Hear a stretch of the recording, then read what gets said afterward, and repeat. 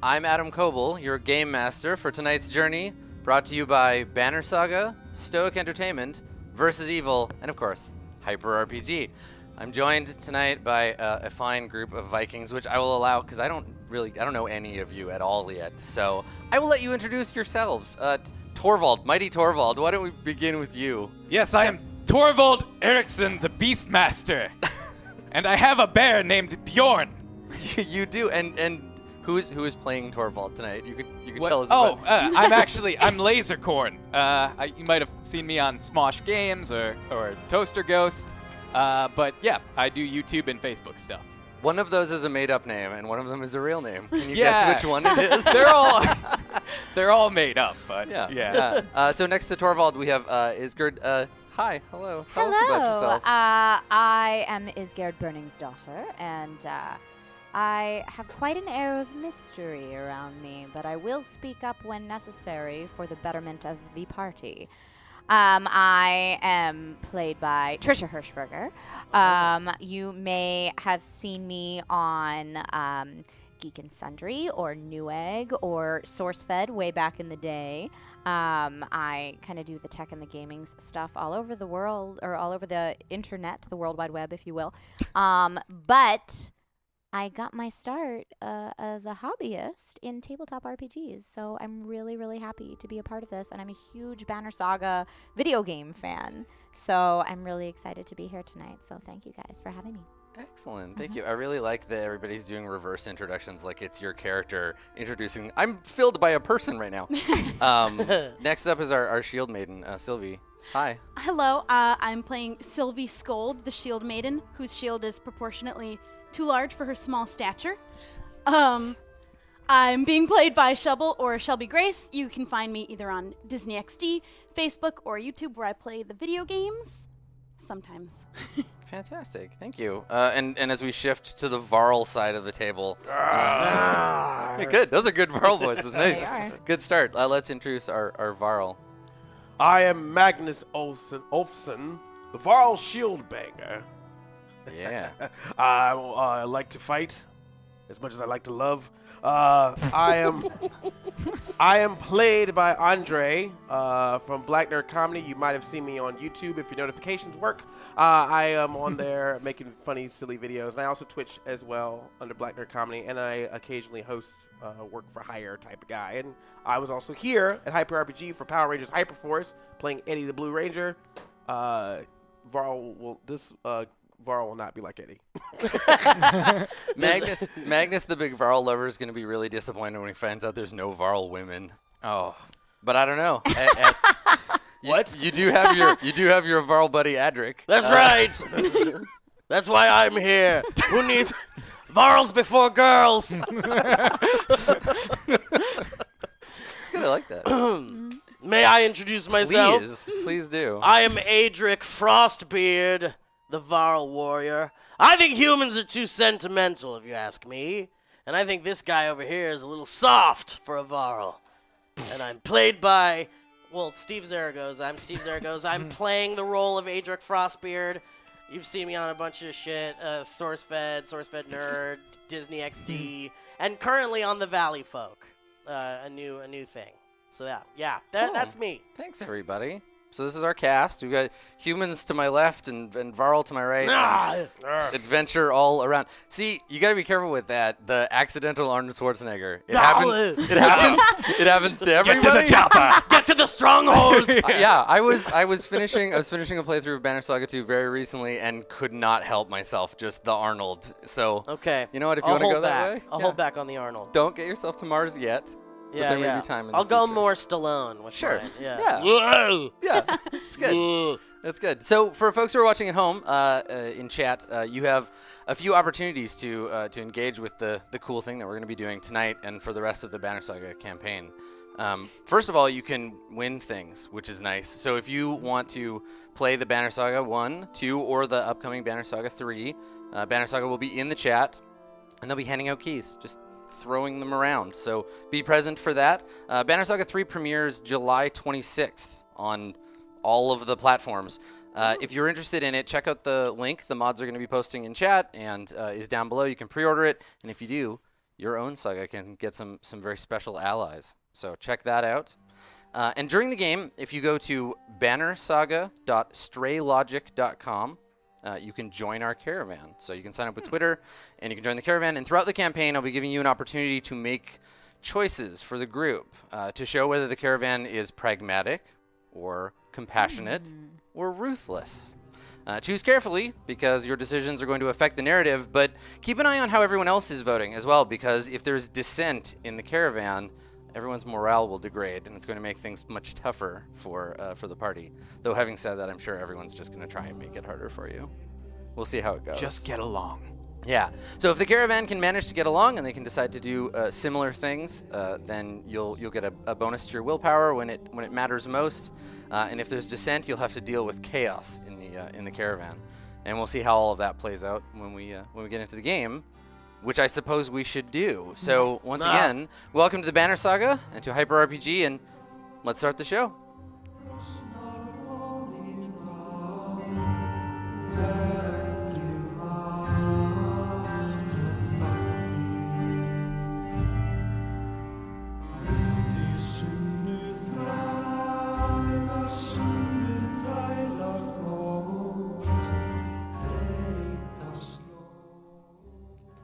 So when our saga begins, I'll let you imagine the sort of opening cutscene of this issue. So there have always been heroes. Their stories sung by skalds throughout time, mighty men and Varl who fought with each other first, and then together in the Second War when the Dredge came. In the Second War, there are few as celebrated as the shield maiden Gudrun Hornbreaker. She fought in nearly every major battle against the Dredge, and her splintered shield hangs in the halls of heroes at Arborang. Now, unlike so many veterans of the war, Gudrun survived, and now, some years later, she's finally retiring from her warrior's life. Some say it's the influence of her husband-to-be, a skald of renown named Volander. Whatever her reasons, Gudrun and Volander intend to retire to an idyllic life in their longhouse, Grinholm. To celebrate, they'll finally be wed, and everyone who dwells within 100 miles of Grinholm are invited to celebrate with them. Now, every chief in every town is going to send a caravan, some laden with gold, others with gifts of story and song, to prove their gratitude to the shield maiden who gave so much of her life to both men and Varl. And so, to you, who dwell in the village of Kettlegard, falls the honor of delivering a gift worthy of a warrior queen. You bear with you the sword Aelfgard Dredgehammer, a blessed blade and treasure of your people. You set out on the road to Grinholm, the Dredgehammer in your care, a wedding to attend. So as the group of you prepare yourselves to journey out, I'll give everybody a chance to give us like a little scene with your character, and you can kind of introduce what they look like, what they might be up to in their preparation for the journey. But before we do that, I have a decision that I need the caravan to make. So caravan, as you prepare for the journey with our friends, as you set out from Kettlegard for the wedding of Gudrun Hornbreaker, you get to take a moment to gather something extra. So we need to know what it is. Do you take with you a memento from home to remind you of family and friends who are unable to make the journey? Do you bring a little extra meat and salt in case the trip goes long, because it's better to be safe than sorry? Or do you bring a sharp knife and a thick cloak, because there's more than just a long road ahead of you? So go ahead and start laying in your votes for what you, the caravan, want to bring with you, and for everybody else, let's get to know your characters. So Torvald, you have a pet, and I would love to see you. Wait, so tell us about your pet, Torvald. Yes, my pet is a bear named Bjorn, a fierce creature with a scar on his right eye from past battles, and he's tagging along with me. I heard the wedding needed a ring bearer.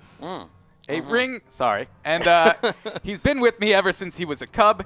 He's grown up with me, fought alongside me, and we've been best of friends ever since. So Bjorn was raised to fight? Bjorn is like a battle bear? I found him in the forest, and he's fought alongside me ever since he was young.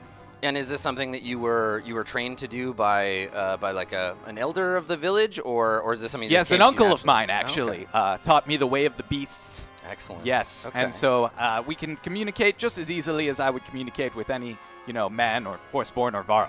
And is that true? Everybody else, like, or does Torvald just think that he's capable of communicating with regular folks? How do we feel about Torvald?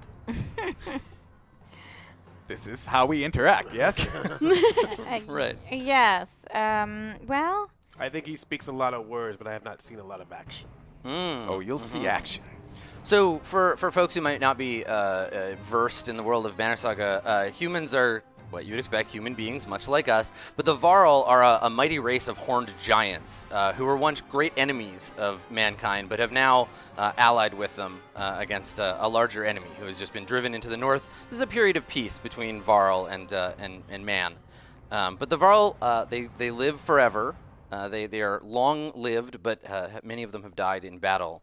And they have a bit of a tense relationship with humanity, including goading them to proving themselves, it seems. So, Torvald, you spend most of your time with your bear, sort of? Yes, I prefer the company of woodland creatures to people most of the time, but I can be sociable on occasion. I'm coming to a wedding. That's true. Yeah. That's true. And that's fantastic. My uncle Okay. actually encouraged me to get out more, meet more human friends. So this is what I'm doing. And is your uncle still around? Yeah, he's still in the village. Okay, Yeah. and so your uncle's not able to come with you on this journey. No, is he's it, very old. So it's because of his Yes, age? Okay. yes, his knees. Okay, so he's infirm and has to Yes. stay. It's quite a long journey. It is, To yes. Granholm. Okay, Yes. excellent. All right. But I bear his best wishes to the bride and groom. I get it. You bear his. I actually did that on accident, but yes. Good. Fantastic. Okay, great. Well, we probably see you then with your. What do you do to prepare your bear? Are you like? Does he have a harness you put on him, or are you just talking with him, getting your supplies? No, I keep him calm. I just pet him. He needs no harness, nor would he accept one. He's very independent, but he can be very friendly as well. Excellent. Okay, cool. So Isgard, you're a bit of an outsider in the village as well. I probably weren't even invited to the wedding, like to come along with because tell us about your relationship with the village and what your character is like. Tell us about yourself. well, I spend a lot of time on my own, not necessarily by choice, but because there are many in this town who distrust me because of what I'm capable of. I am not ashamed of what I'm capable of. I'm very proud of what I can do. And I know that it will be quite useful, which is why I'm going on this journey, even though I was not necessarily invited. But they need you, whether they will admit it or not. Oh, most definitely. Excellent. Most definitely. Okay. So in preparation for leaving for this journey, I'm putting together a small satchel of relics and items that could be used for various things that most of the townsfolk probably will not understand. Right. Strange witch things. If you will. Okay. Good. Some use that word, I do not. Okay. All right. And so I don't imagine you need to do you live in the village or do you have like a hut outside the village that you stay in? I live in the village, Okay. which most people may not even know because I keep to myself so often and hide my face in the shadows when need be, because I'd rather not deal with the disdain that some look upon me with, which is entirely unwarranted. Excellent. Okay, great. So almost the polar opposite, much beloved of everyone in the village, is our shield maiden, Sylvie. And this is especially an important moment for you because you've known the stories of Gudrun your whole life, right? Like she's been a hero as long as you've been alive. Tell us a little bit about yourself. What is your place in this caravan? Are you excited? Are you like running around getting everyone to go? Are you the first one up in the morning when it's caravan day, or are you a bit more reserved? What's your situation? I'm definitely very excited because I look up to this person as like a role model for myself. I know that I'm small and I've always been kind of the runt of my village, and nobody has really thought that I was capable of being a warrior of any kind, but I'm going out on this journey to try and prove that I am strong enough. So you're hoping there's going to be some trouble that you can A prove little yourself bit. I against? think I Okay. can handle myself. I can take it. Sure. Okay. And you mentioned your shield before. Is this a shield newly forged and given to you as a gift, or is this like bestowed to you by a family member? Where did you get this shield from? Is it significant in some way? The shield was left to me by my father, who died when I was young. He was a victim of the dredge. And so, though it's very large, I've managed to gain the strength to carry it, and so I feel very honored to carry my father's shield. And it's the shield that he used in battle against the dredge? Yes. Okay, excellent. So either a blessing or a curse, depending on your opinion of your father's luck. True. But I think I might have better luck than him, and at least I have his blessing with me. Good. Okay, great. And so you're out with the rest of the caravan, like helping secure supplies, or are you on your own? Like, where are you when we see if we imagine the opening scene of all of the yaks being attached to their carts, people loading the carts, where do we see Sylvie? Are you running around, or are you? I'm definitely out playing my part, trying to do as much for the crew as I can to try and prove that I am capable of being on this trip with everybody, since I'm pretty small and it seems like I probably would get kicked around pretty easily. I want to prove that I can handle all the things, carry all the hay bales, do whatever is needed around. Okay, great. Yeah, and they'll put you to work, right? Folks are definitely getting you to like help. And everyone's happy to see you. This is the sort of like the sort of Disney princess moment where like everybody's like waving to you and they recognize you and they see you as someone significant. And you're kind of a good luck charm, even if there's some sort of patronizing from the other members of the party. Okay. Great. Well, so towering above the rest of the caravan, I think, and the two of you can tell me, but are you the only Varl that live in the village? Like, your people are pretty rare, but is it just the two of you? It seems to be. It seems that way, yes. Yeah? Okay. So you lead a bit of a lonely existence among these humans, but they literally and figuratively look up to you. So when the caravan is declared, you know that even though she was human, Gudrun is a hero to all people. She fought bravely in the war, an honorary Varl to many. So what is your response to the caravan? Are you looking forward to this journey, or are you a bit reluctant to go? Well, I do respect Gudrun. If there was ever a human I would ever put on the same level as the Varl, which there are not many that would fit that level, I would say that she has come closest, although I still feel this whole marriage is quite an archaic tradition, if you ask me. I feel like once you find your mate, you do what you need to do and you move on. Of course. There's more things to do than celebrating small, trivial things like connections. Right, and the humans live such short lives that, I mean, she's already old. Yes. So. Yes, sickness and old age. They don't sometimes always die in the glory of battle like we all do. Ah. Yes. Ah. So are the two of you then? What's the scene then? I guess are you like together when everybody is gathering for the caravan, or do you have your own tasks to attend to? I think we stick together. I think we are. I mean, we know each other well. We know each other, and I think that's as far as I'm willing to express at this point. Okay, all right. Well, don't ask anymore. You're a community of two, right? You're separated a bit from the humans, but you're tied to their fate. Well, we stand out a little bit. Just a little, yeah. Can't help that. Okay, all right. So I think that much like our Shield Maiden, you're being given like menial tasks, and often without thought, right? Someone will say like, "Oh, can you move this wagon over here because you're a big Varl, you'll do it." Yes. We used to have our bodies drenched in the blood of combat. That's right. And now we're doing menial chores. That's right. For these weak humans. But it still builds muscle. Yes, I suppose. Necessary for the battle ahead. I suppose. Which of the two of you is older? Which is the older Varl of the two? I think I'm older. Yeah? Yeah, I think so. We don't talk about our ages. It's disrespectful. Okay. Sure. Yes. That's good. I like it. So you don't establish a hierarchy between the two of you. It's just kind of like. Well, my beard is greater, so I believe that you can tell. Right. It speaks for itself. For sure. Yes. Of course. And my horns are a bit larger as well. Mine are still growing. Yeah. So Adric, then when was the last time that you were in a big fight? When was the last time you were in a big battle? Well, I fought someone last night. Okay, right. In the bar. Good. Okay, Yeah. so you're a bit of a troublemaker. So maybe the village is looking forward to getting you away from them for a bit. Well, I'm always looking for a fight, but I won't say that. I ask for it. I think it just happens, and I'm here to facilitate any muscle necessary. Most of the time, though, your fights don't result in death or bloodshed in the village, I imagine. Absolutely not. I'm respectful of the town. They allow me to live here, and plus the place I live has a high ceiling, which is very important to me. So did the humans build a domicile for you to live in, or did you do it yourself? It seems the domicile was unoccupied when I came to it. I think they stacked hail bays in there. Right. And so, hay bales is what I meant to say. It's okay. The a human human thing. tongue is confusing. Yeah.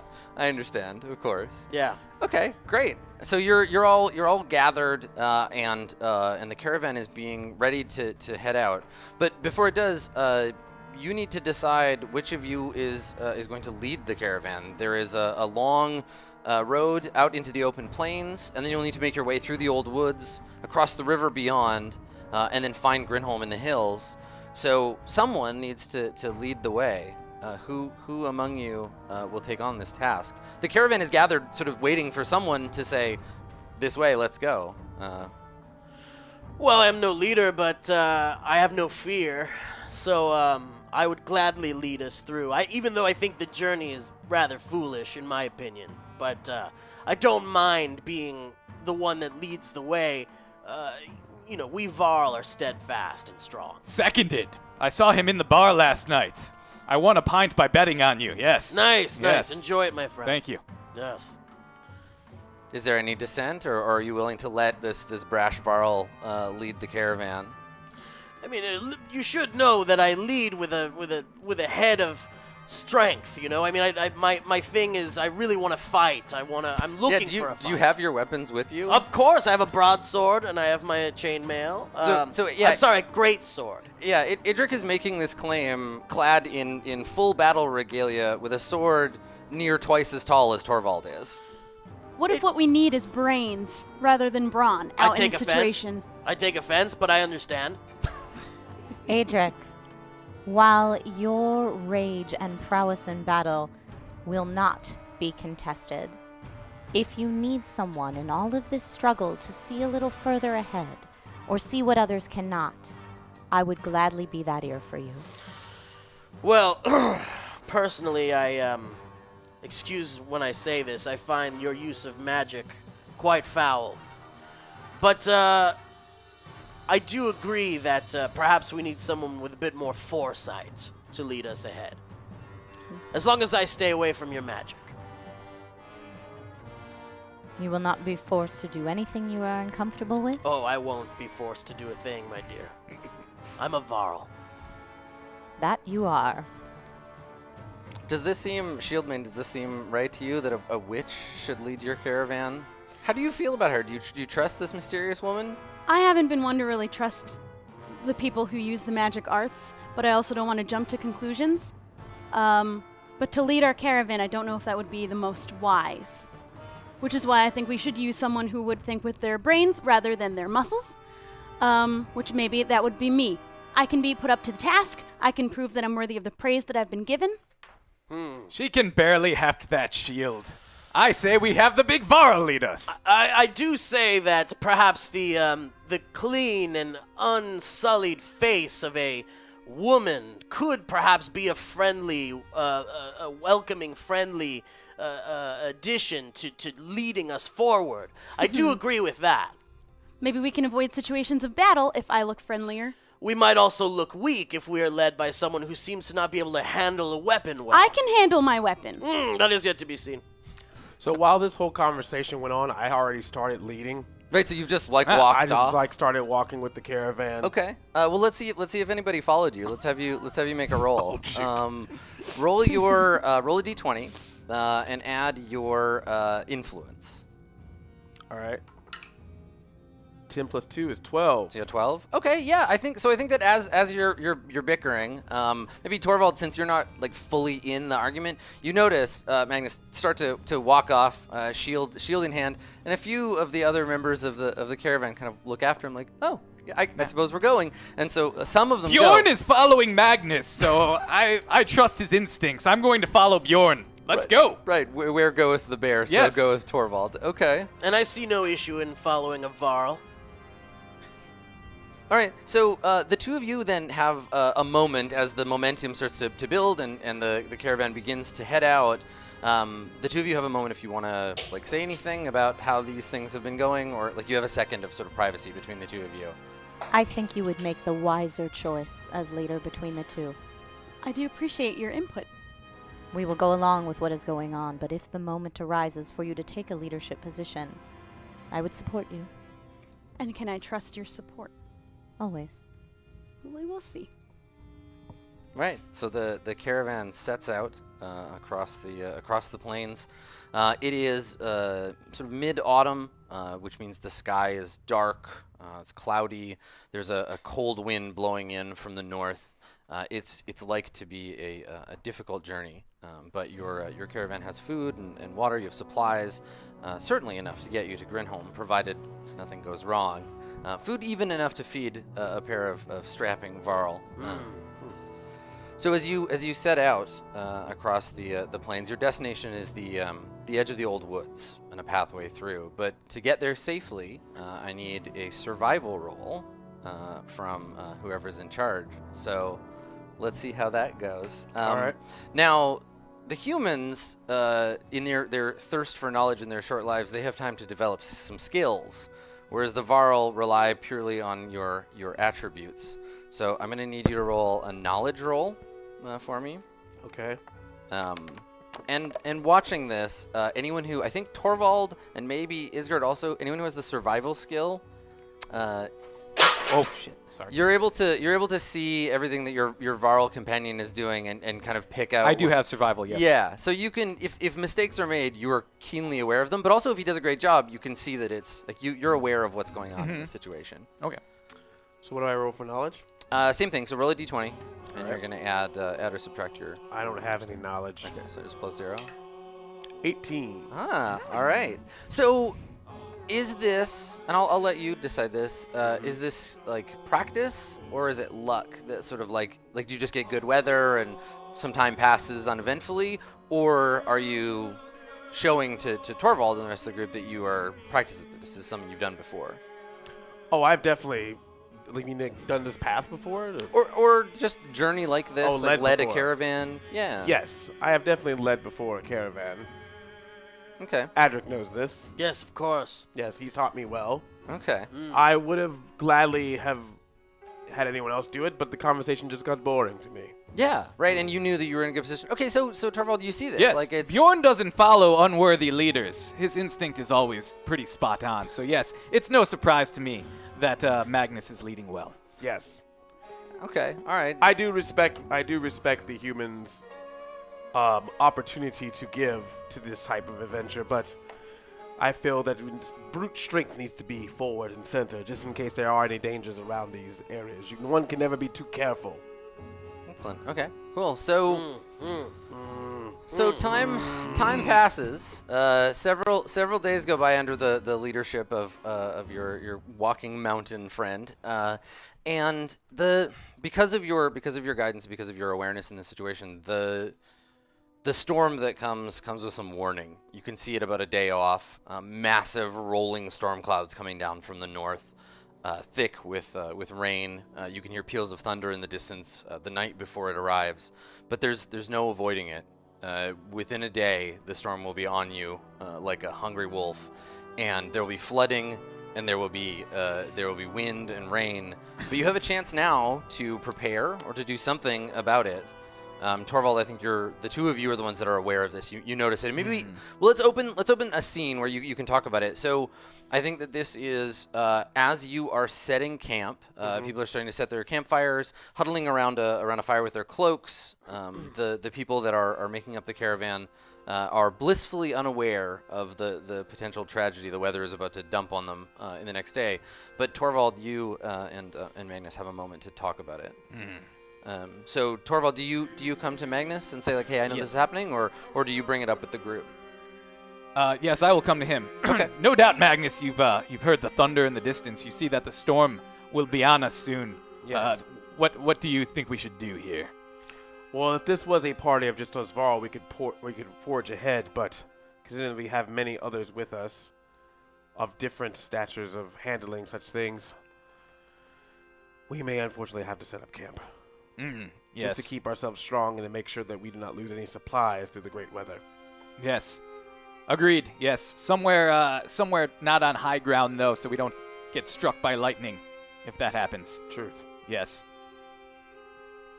Okay. So how you go about that? Like the caravan doesn't know they're in any danger yet. You can see they've already kind of settled in this little lowland area for the night, and they won't be happy if you have to rouse them all again and break camp. All right. I would like to speak with Isgard. Okay. Yeah, you want to go seek out Isgard? Okay, so Isgard, where are you this evening? Night has fallen, so it's dark. Maybe there's the last sort of bits of twilight, and you can already start hearing people starting to sing and recite stories to each other to kind of ease their way into night. The air is full of smoke and the smell of food. Where are you? I'm sitting by one of the campfires that's being used for cooking, and just staring into the flames, humming to myself. Okay. Not at all creepy. No, certainly not. Well, I was gonna say the other members of the caravan that are with you, they've all kind of like left you to your devices. So you're sitting there by yourself. So that's where you find Isgard sitting by herself around a sizable fire.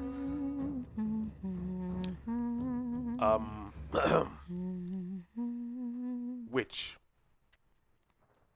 I do not know to whom you speak. My name is Isgard. Very well. Isgard.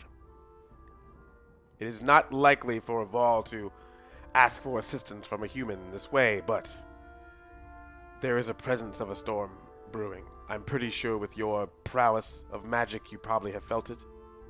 I am aware of something coming, yes.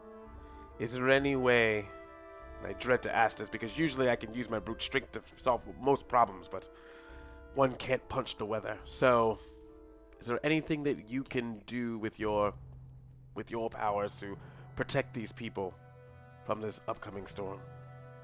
I will be honest with you, I cannot control the forces of nature. I can simply try to commune with them and deal with the raw power that they have after the fact. If we need help in that circumstance, I am happy to oblige. But there's nothing I can do to prevent what's coming. Then we're going to have to make sure that all these people are safe and protected until this storm is over. Absolutely.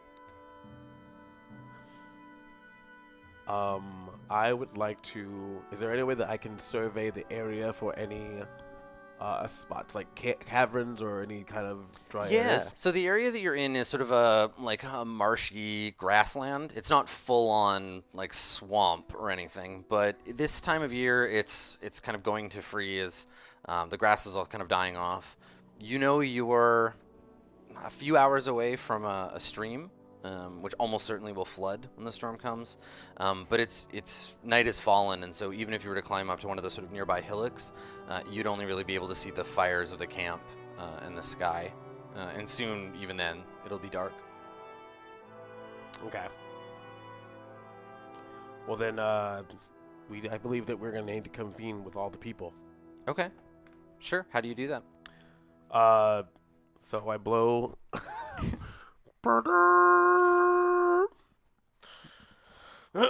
Who disturbs my nap?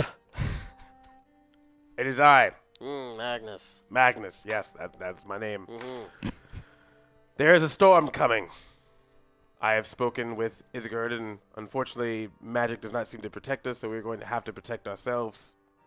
We can't go any further. There is a stream up ahead, and if we are near it when the storm arrives, we will have to deal with flood, which ruin our supplies, if not much worse. Well, truly, we don't have to worry, brother. We're big enough to survive a storm. We are big enough, but however, we have others with us that may Yes. not be as strong and sturdy during the rough weathers.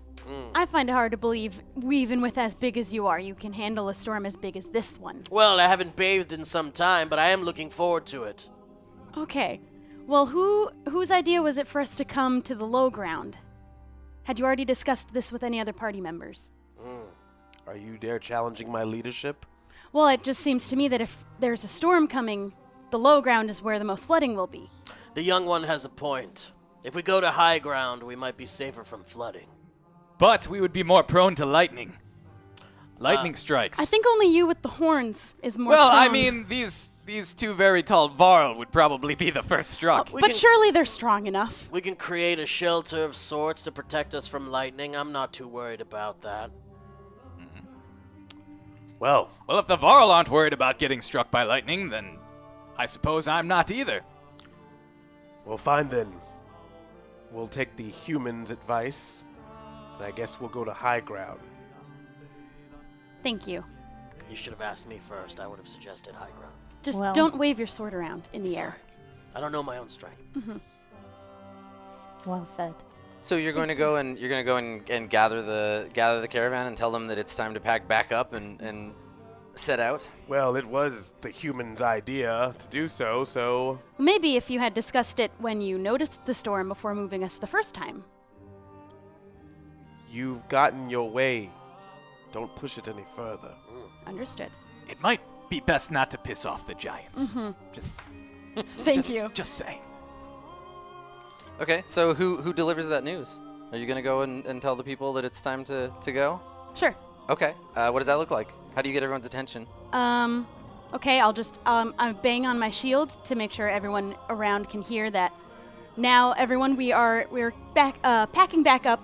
We're going to move up to high ground to make sure that the flood doesn't take away any of our supplies.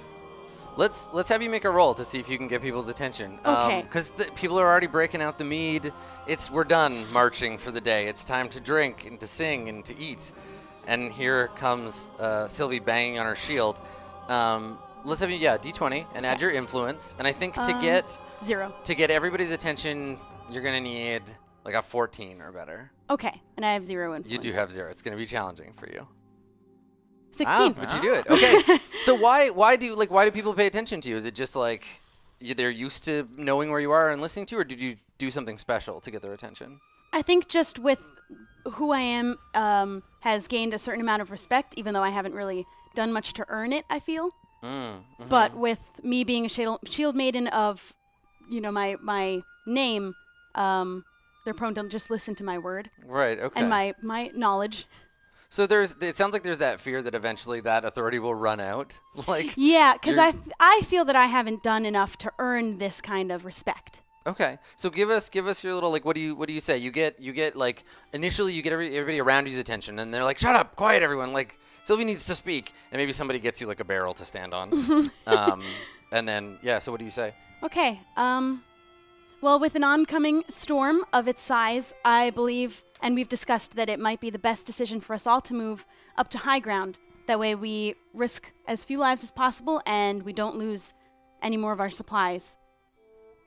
And most of the people gather around you kind of grumble and sigh and roll their eyes like, we've just settled in. We have to put the fire out. We've all just gotten comfortable, but to save as much time and resources and energy as we can, I think it's better for us to be in a safer space so that we can move on in the morning when the storm has passed. So while you're speaking, you hear from the darkness outside of the fire, you hear a voice just shouting, "Boo!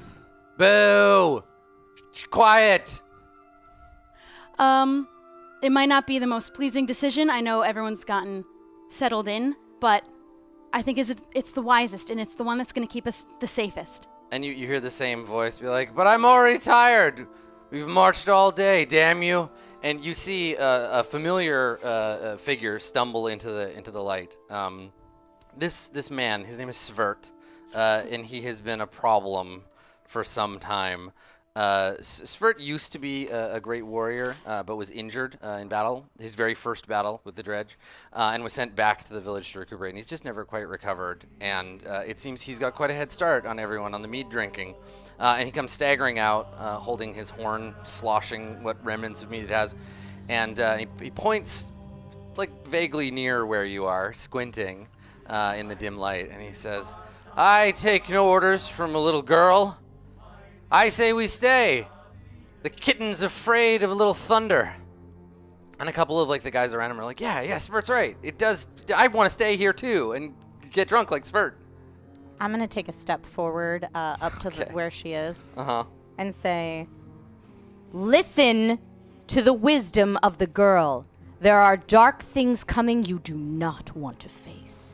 So you want to try and intimidate Svert and his buddies? Okay. Yeah, all right. Either I have persuasion or whatever we can use there. Yeah, I think persuasion is realistic here because you're just working on one person. Influence is for sort of like convincing larger groups.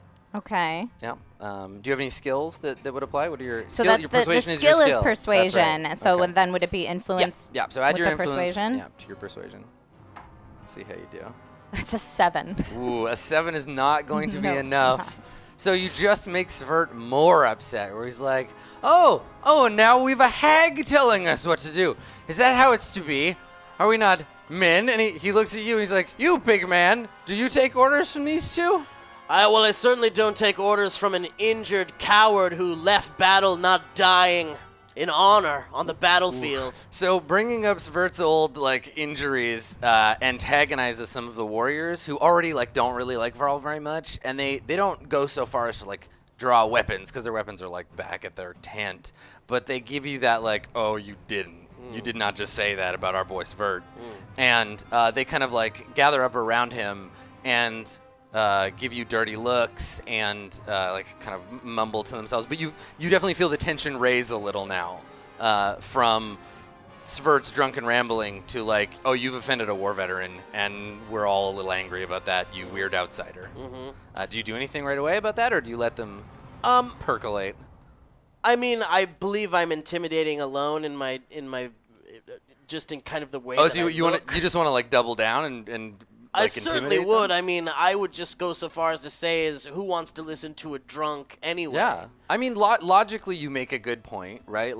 There are some who are yeah, right? Yes, Svert's, we know.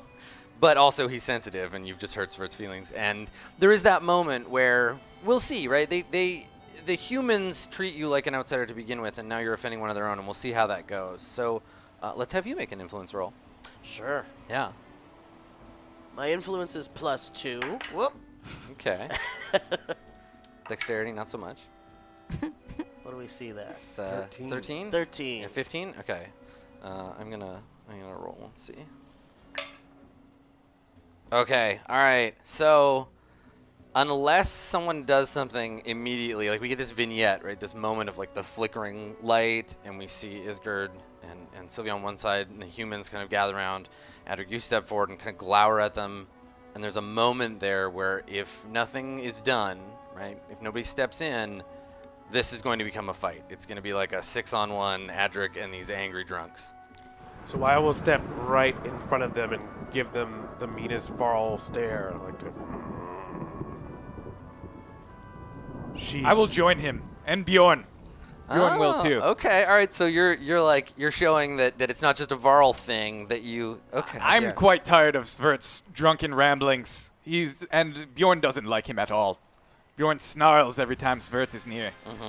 Bjorn has no time for cowardice. Okay. So I speak this word. Swert. Svert. But Svert also works. The V and the W are interchangeable. It's cool. You are injured.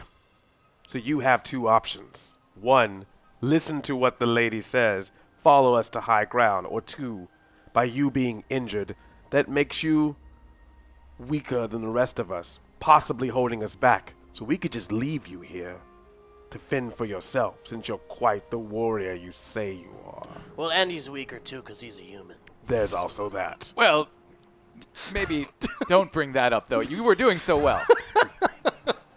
Right. Okay, well, The choice is yours. I'll have you make a roll. You're being backed by Torvald here, so Torvald will give you a That plus. was an aside, yeah. Yeah, Torvald will give you the +1 to sort of help you bolster your influence, but Adric's also making it worse for you, so that just cancels it out. So just make an influence roll, and we'll see how you do with Svert. Oh, you're all doing so badly with Svert. He's just a drunk.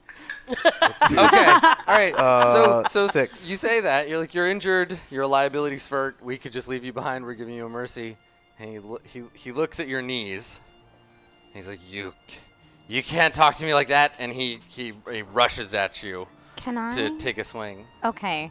Would it be possible for me to use this class ability? Oh, you want to use your Ride the Lightning? If I use Ride the Lightning, would it be possible to then cause lightning but not strike a specific target other than a tile or an area of land? Yeah, you want to you tell me what you want to do with it, because you have the ability to conjure bolts of lightning, and this is a great time for it. Yep.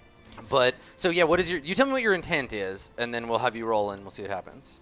So my intent is to cause lightning to come down from the sky in between them as Svelte rushes in to battle. Okay. And to have that jar and frighten them into believing that the storm is already here. And then I will follow jar that them up. into action, right? It's too late to argue about this. Right, and then I will follow that up with a statement Okay. that goes along with that. Yeah. To try to prevent the fighting. Something about not being a conjurer of cheap tricks. I like it. Okay. So you spend a willpower. So Mark, you've done that. You've got lots. So for everybody else, you have a pool of willpower that's available to you. Yes. You can use that mostly to activate your fighting abilities. But there are a couple of other things on there you can use it for. Everybody will have a different amount of willpower in your willpower pool. Isgard has the most, but she's also very fragile. So you can use it to conjure your lightning. Okay, cool. I don't think you need to roll. I think you conjure the effect. It stops Svert in his tracks, so he stumbles back, and you see the same look in many of their eyes that they were aiming at Adric before. You see fear and this like othering. They look at you like, oh, you look like a human, but like that's weird and not okay. But you have a moment. They're afraid of you. You can maybe try to turn that into something. But yeah. The storm is already coming. We must get to higher ground. Do not listen to me. Listen to the gods above. Yeah, and I think it starts to rain, right? Like the lightning that you conjured down kind of split the clouds, and not heavily yet, but the wind turns, and now everyone, not just Torvald and Magus, can feel the storm. And so people start looking at each other. They're gonna give the three of you like a pretty wide berth now. Svert gives you a look. He looks at you and he looks at you and he's seeing quadruple, but the look means we're not done yet. And he slinks back to his camp with his friends. So who's in charge of the movement? Who keeps everybody going fast? Like what does that look like? Because the rain's gonna get worse before it gets better. I'll take charge because it was my decision Yeah? to move everybody. Okay, all right. So you kind of go out and rally everybody and get the yaks unbedded and lash everything together. Okay. Is there anybody who's not like? Are you helping or are you feeling resentful? Where do you go, Adric, when it starts to rain and all these humans start scattering around like ants? Well, I'm initially a bit upset about this fireworks display. I think we should have just killed the drunk and his friend. I think they're going to slow us down and be a problem later on, but who am I to say? I'll help because I think it is important that we all move fast to higher ground. Okay. All right. But I don't like how we did this. I don't like how this went down. Okay. I was ready to fight. Yeah. Well, you'll have an opportunity, right? Once you've moved the camp and get everybody together, you'll have an opportunity to talk to Isgard or to the others about it. Okay. All right. I'll begin slinging some packs onto Bjorn's back as we begin to move to higher ground. Yeah, Bjorn grumbles at the extra labor. He's not a pack bear, No, but he understands we need to move quickly. This isn't a common occurrence. Calm down, Bjorn. Calm yourself, buddy. Yeah, I mean he follows you. He's a loyal bear, and he takes your commands. He kind of well. groans. Yeah, and then he starts trudging up to higher ground. Okay. In the middle of the process, there's a woman, and she has a child. It's maybe like 2 or 3, and when she thinks you're not looking, she puts her kid on the bear, so she doesn't have to carry him. Yeah, Bjorn kind of looks back on his back and then does a slow bear head shake and then just continues on. The kid gets two grubby handfuls of Bjorn fur and just like looks excited about this, but Bjorn is not so much. Bjorn's like, this isn't a petting zoo. That's what he's thinking. Okay, so the woman, she knows that you notice, and there's a moment of like thankfulness that anything that you can do to help ease her burden, she appreciates. I find it. I think the kid looks cute riding Bjorn. Bjorn is less thrilled about it, but he accepts it. Okay, great. All right, so you load up your animals, and under like, do you lead everyone up the hill, or are you the last one to go? I'm the last one to make sure all of the women and the children and all the animals make sure that they get up the hill, and everyone's ahead. Okay, cool. All right. So I would like to speak to Sylvie as we move up. Sure. Yeah. You can see that she's hanging back and getting everybody so ready. I walk up to her. It's like, so how does it feel to get your way as a leader? I didn't mean to try to undermine your position or your authority, but I did feel that it was a smarter decision. Very well. I want you to look ahead at all these people, these men, women, children.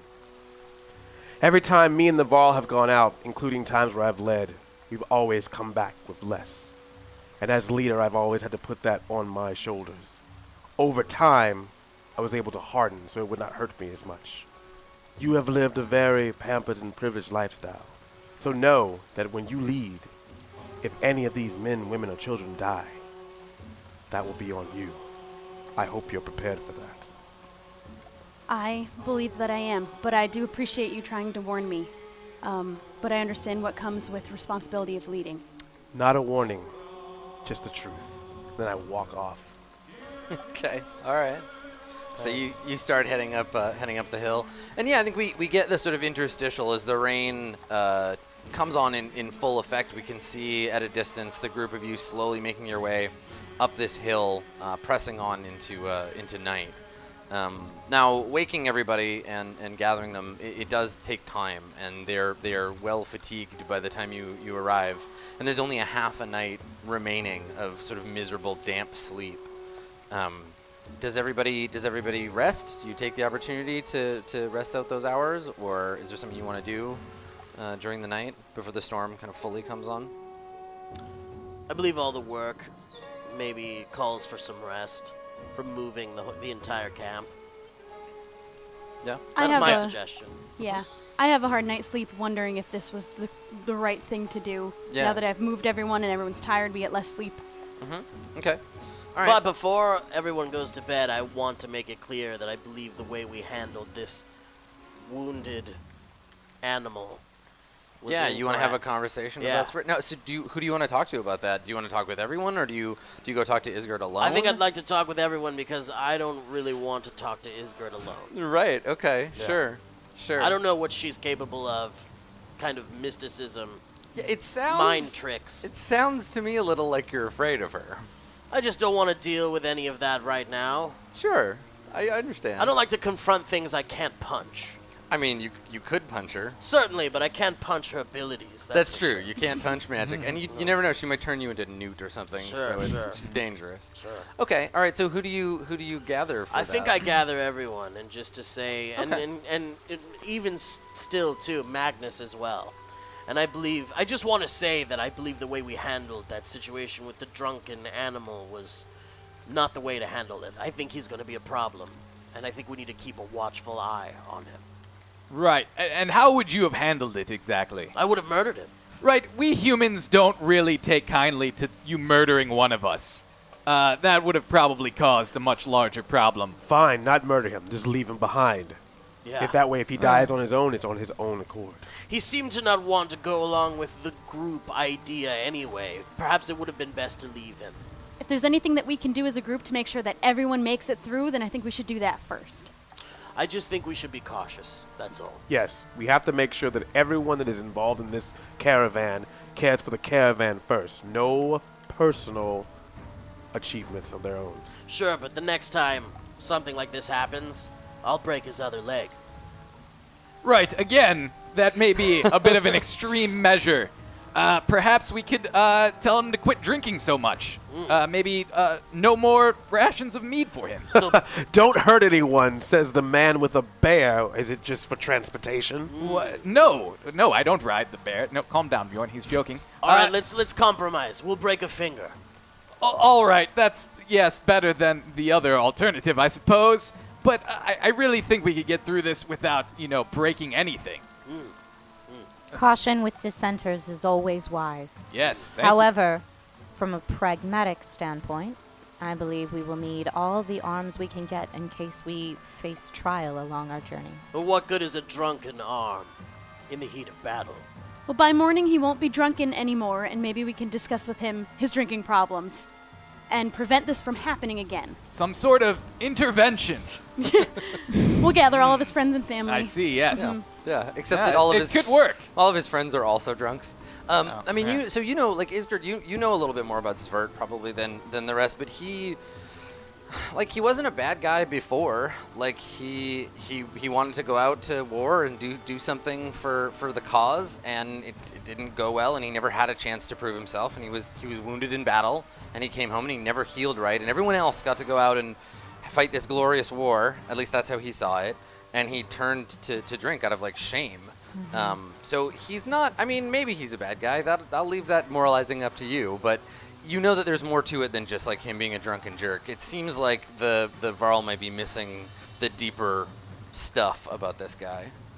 The dredge leaves scars that sometimes one cannot see.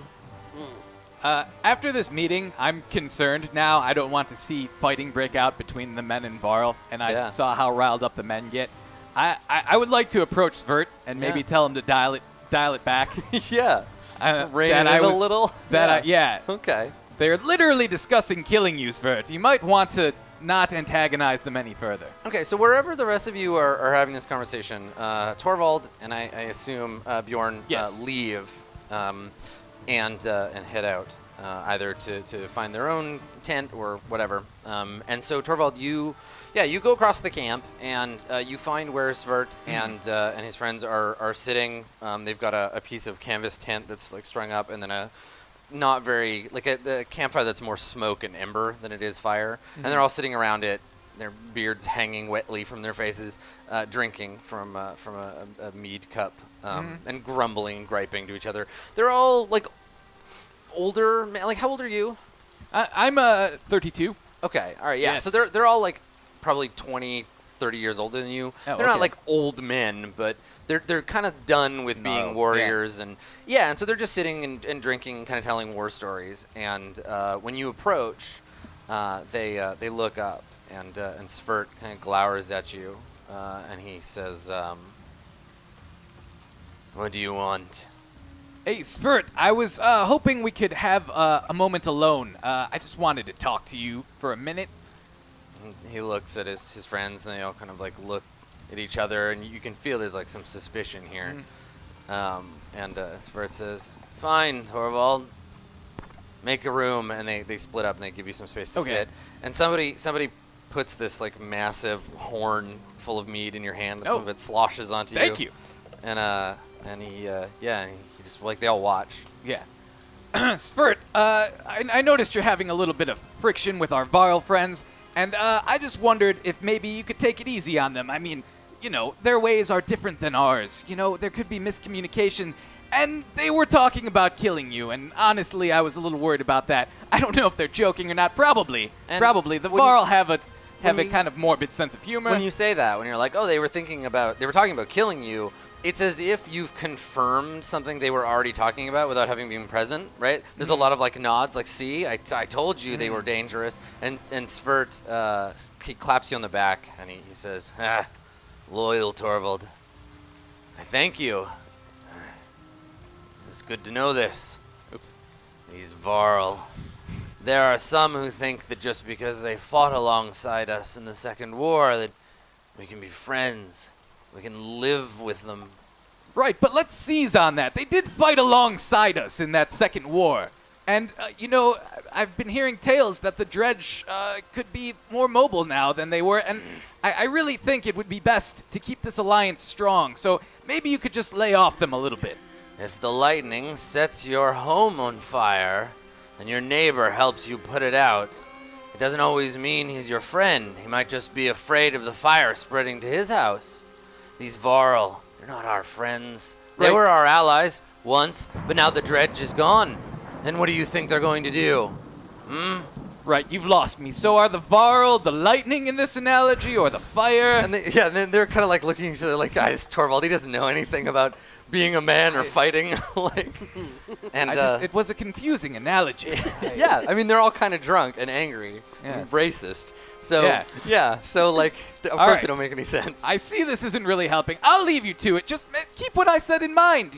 Maybe not cause trouble with them. And All right, have a good night, fellas. Thank you for the meat.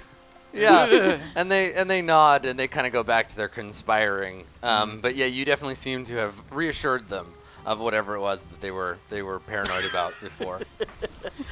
So that's good. Good job. Yeah, You're welcome. You've done it. You did it. It just needed doing. So, the storm. Unless anybody else has any like other night scenes, it sounded like everybody was gonna go and rest after that. Yeah. Okay. All right. The storm continues. It lasts all the way through the night. The sun ostensibly comes up, but there's so much cloud that it's just like a slightly lighter version of the storm from before. It's too damp for the lightning to start any fires. But just as you said, and as Torvald concurred, if you look down to where your camp used to be, the whole area is just flooded out. That section of the hillside has sort of slid down into the creek bed, and it has become a flowing river. And so it leads you to the question of kind of what to do now, right? You awake and things aren't much better. They're just continuing. Well, it seems that you were correct. You saved us from a flooding. But now, I'm not quite sure what the next move should be. So what are our options? Yeah, I mean you have supplies, right, that you can carry on with. You could try to ford the creek now. You could wait here. You could see if there's a bridge somewhere on the creek further up that hasn't been, or further down that hasn't been washed out. I mean, as a group, you can kind of decide what risk you want to take here. Well, it might not be a bad idea to send one or two of us to survey the area and see if there's a safe path through the weather. Yes. Or staying here could also be smart as well. Bjorn and I would not mind scouting downstream to see if there's perhaps a bridge. This Torvald seems loyal. I like that. Yes, loyal Torvald. That is me. He does have the face of a man who would never accidentally sell you out to some drunk. No. For sure. I like you, Torvald. Perhaps well-intentioned Torvald would be a better moniker. Good-hearted Torvald. Good-hearted, yes. For a human, I think you're good. Oh, thank you. I quite like you as well.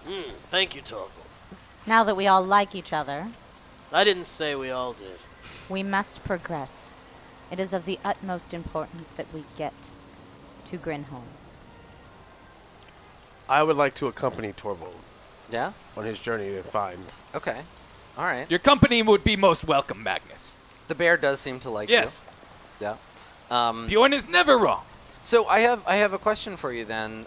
If you want to send Torvald and Magnus out to explore, where is the gift? Where is the sword that you are going to be giving to the Shield Maiden? Does one of you carry it on you? If so, who bears that honor? Or if not, do you keep it hidden away in one of the carts? It's an immeasurably valuable item, and so I think it's important that we keep it accounted for. I have been watching it since we left. Okay. Since we left Kettlemark, and it is in one of the carts towards the front of the caravan, Okay.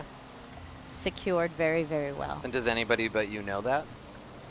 I'm not sure. I didn't bother to find out if anyone else had that knowledge. I just know that that's where it is, and I've been within 20 feet of it at all times possible. Okay. Did anybody else notice that, or would anyone else have noticed Isgard hovering around that particular cart? I did not notice. I feel so, but the matters of humans. Yeah, don't they're weird bother to me. begin with. Yeah. Okay. Yeah. Nothing seems suspicious to me. Yeah. I would say that I was also around it because this is such an important thing also for me personally. Right. So you were probably there when the village elder gave the sword to you to take care of, and okay. So the two of you know where it is, and Yes. it's accounted for. Okay. Good. That is important to know. I'm just here to fight. I don't really care for trinkets. Yeah. Yeah. Okay. Well, when half of your friends leave, we'll see if you get your wish.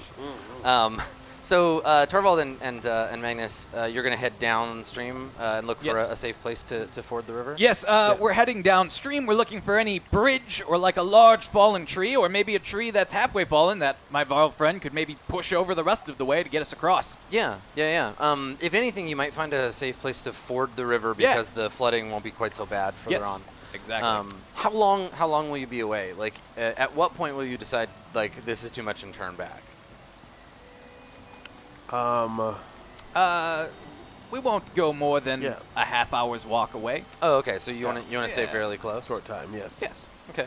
All right. So Torvald, as you're leaving the camp, you see Svart, and he gives you a look, and he looks at Magnus, and then he looks at you again like, good job, nice call. I give him I'm like, no. Yeah. One so of these. yeah, No. he sees you leading the other Varl away from the camp. Oh, yeah. I give him a no. Would you like to? Should we roll to see if you notice that interaction? I want to roll to see if I notice that. Okay. All right. Let's have you roll. Let's have you roll your knowledge. Okay. And C20? we'll see- yeah, and I'll see how subtle Svart is being here. 19. 19. Okay. Well, I'll invite you to take a look at the die I rolled. Really? Yeah. Sorry. May I also roll to see if I saw them conspiring last night, even though I didn't hear what they said. I think you missed that Okay. because you were busy with your other conversation because he slipped Right. away. Okay. And you don't notice Svert being like odd or Torvald, but it does. Torvald, you have the opportunity to like say something if you want here. All right. But yeah, Magnus, I think in this case you miss it. Something's distracting you. What, Okay. Like what is it? What's got your attention that you don't notice the little like Torvald Svert like, yeah, buddy, thanks. I'm gonna get him. I look at my fellow Varl. We like lock horns like and then as I'm walking out, I look at Sylvie and kind of just like a eye reminder of our conversation. Yeah, earlier. like you're responsible while I'm gone. Yeah, but I Handle don't it. say anything, just kind of a stare.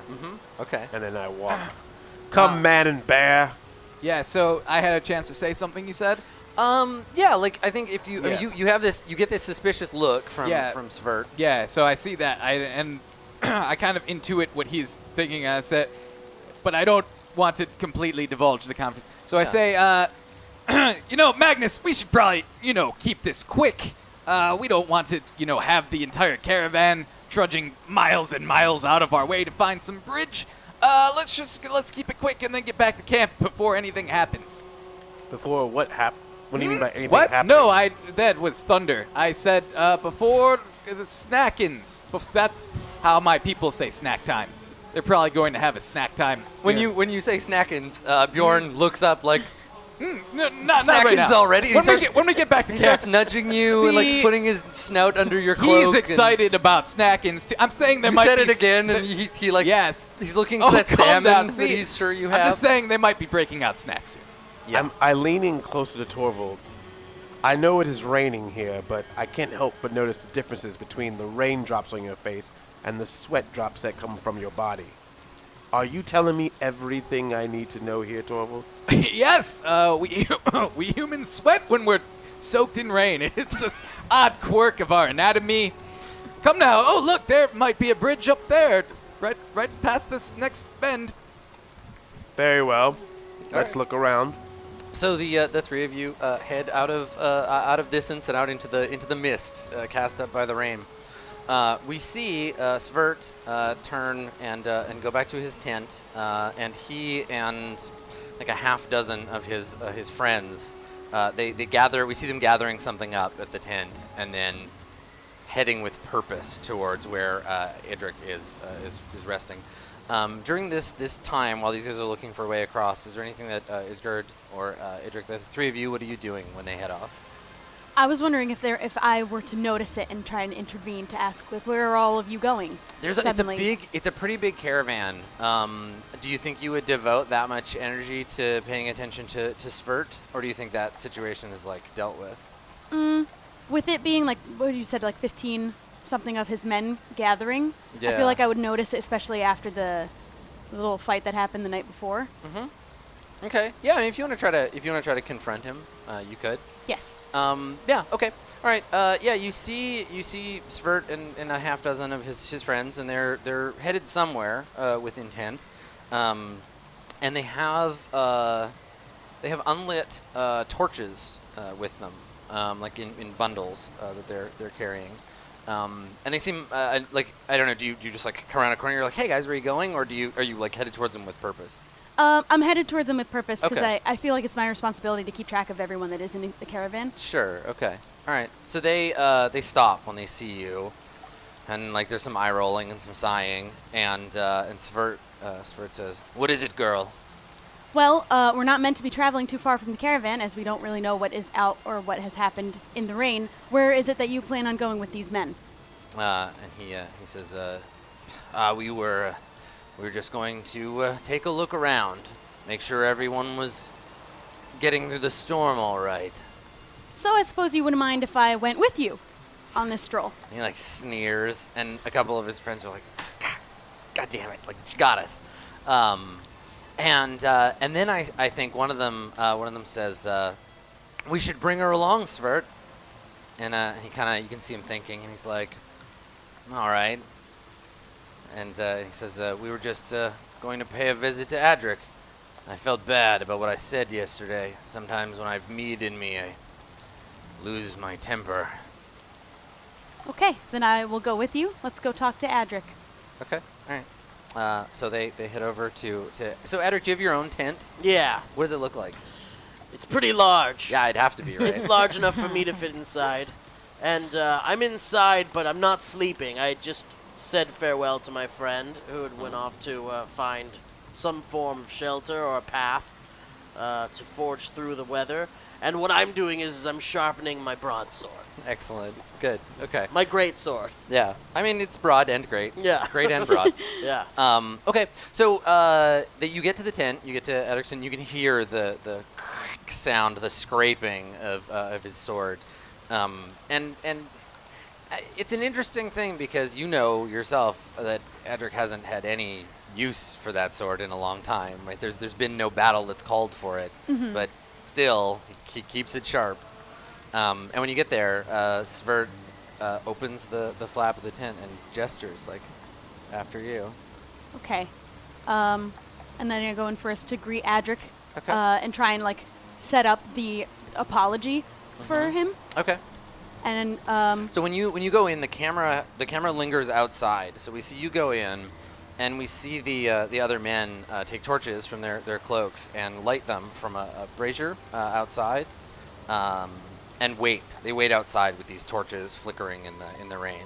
okay. But Svert goes in with you. Adric, is there a reason that you're sharpening your sword right now? A in warrior particular? keeps his blade sharp at all times. Okay. That's right. All right. Just well, in case. Yeah. I just wanted to come in to say that, the men from last night that you had that altercation with, they have come and they say that they want to apologize, but I have a feeling that they have less than honest intentions. You're just saying this in front of Svert? Yes.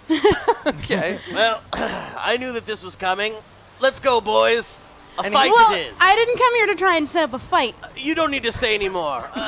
Svirk didn't seem like the apologizing type. Right. No, but maybe, now that we're together, we can talk and you can put the sword away. No maybe. worries, little lady. Step aside. I'll take care of this. Okay. So here's the thing: Svert doesn't have a weapon. Like he didn't come here with a sword or anything. And he Right. says to you, as you're are you getting up and picking your sword Yeah, up? I'm starting to get So ready for stuff. Svert takes a step back, and he says to you quietly. He says, "You think that these Varl are like us, but they're not. They're beasts. You'll see." And he whistles, and his friends come into your tent, and you can see that they all have in their hands burning torches, and they're waving them when they come in, and they crackle and they spit, and the Varl. No one knows why, but this is a thing that's true of every Varl, have a terrible fear of fire. You can be around campfires at a distance, but when you're threatened with it, you feel like there's a fear that grips your heart. And it's up to you how you respond to it, but they come in and they basically start goading him like an animal. They try to drive you. They come towards you with the torches.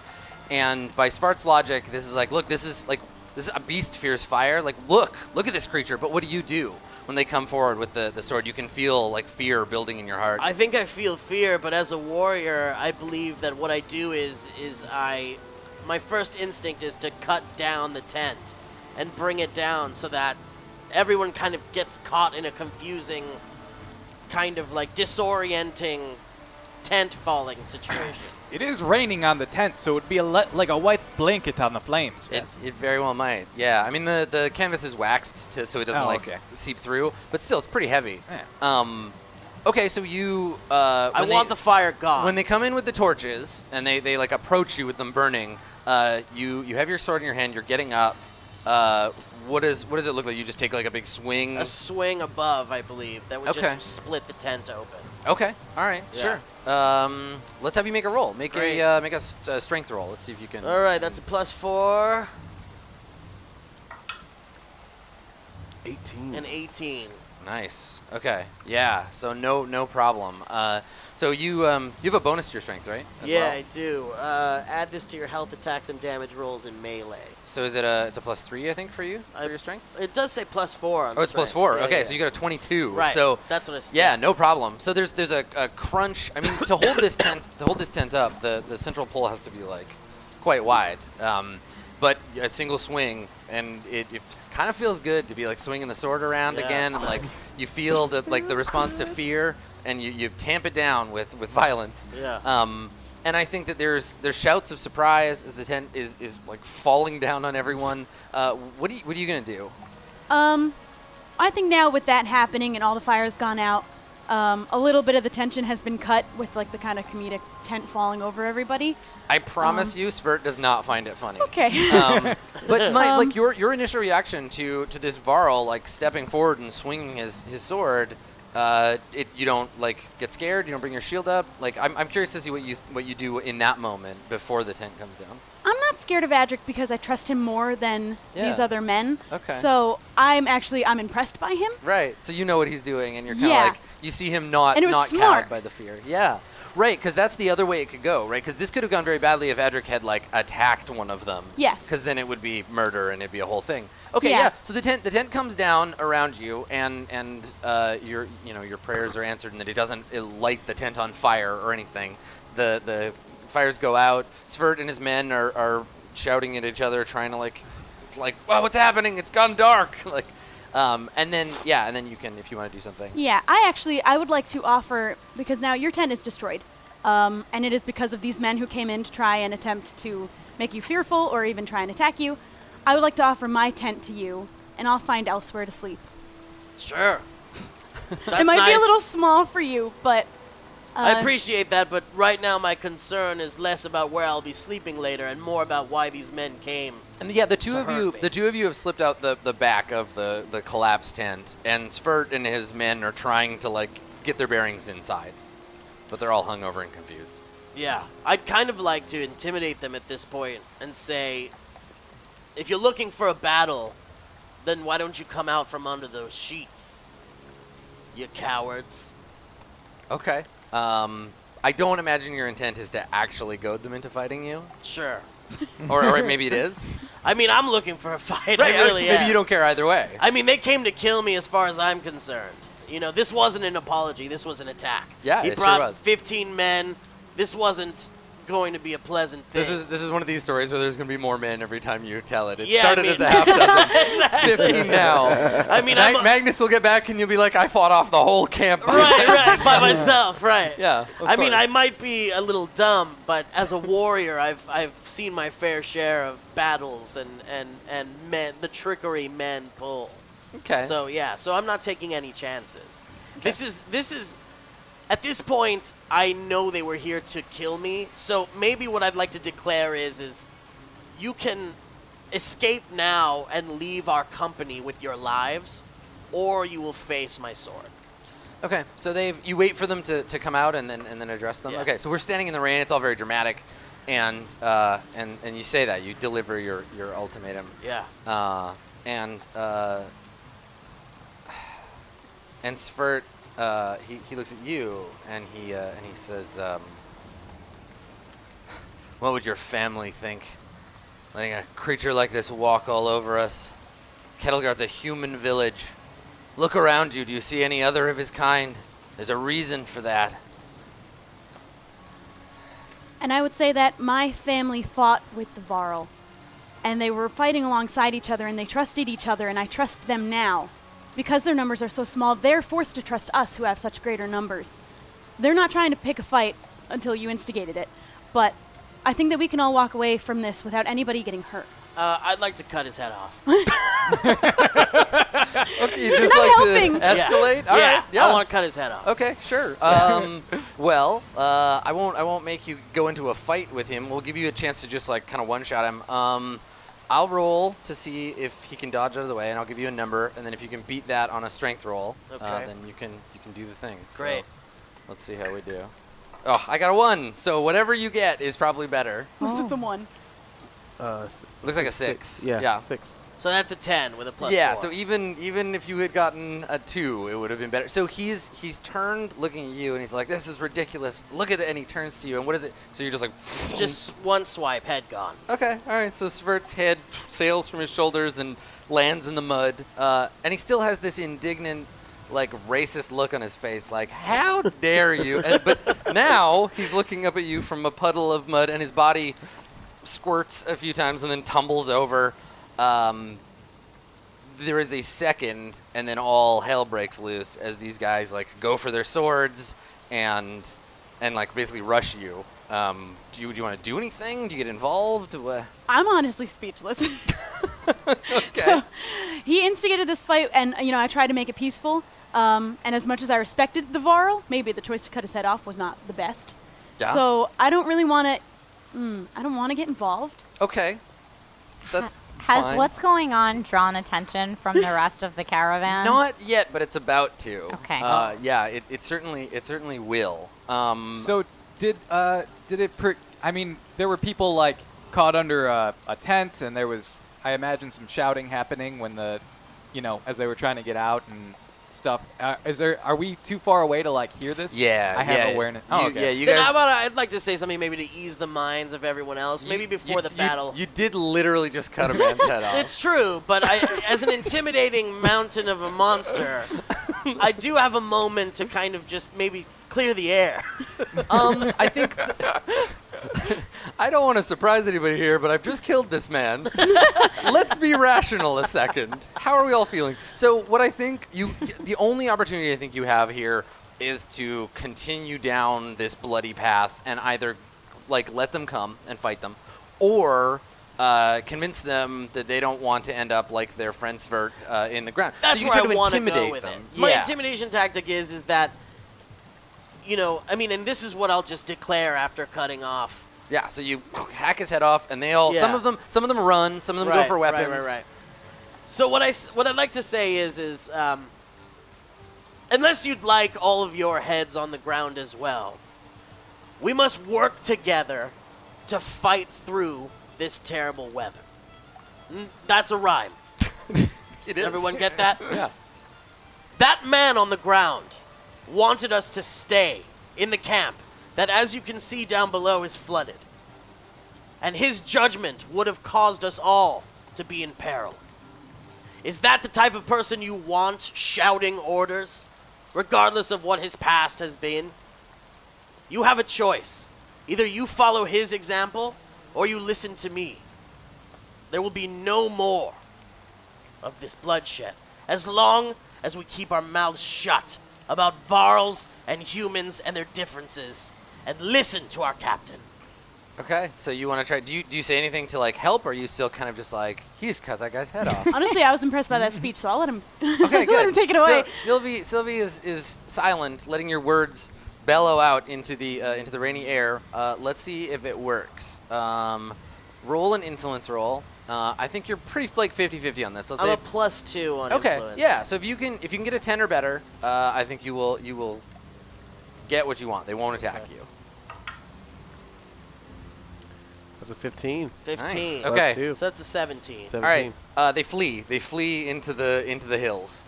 They run from you. They don't want to rejoin the caravan. Some of them run screaming.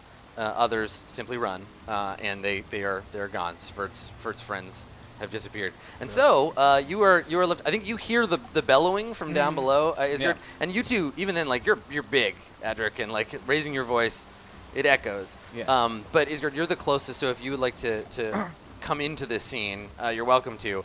But like as it stands, it's Sylvie and Adric and Svert's headless corpse. I do want to say to Adric, well, I don't think it was the best decision to go and slice his head off. Svert agrees. I do believe it was probably a hot-headed decision. Ha. You were you were acting out of instinct to attack the person that came to attack you.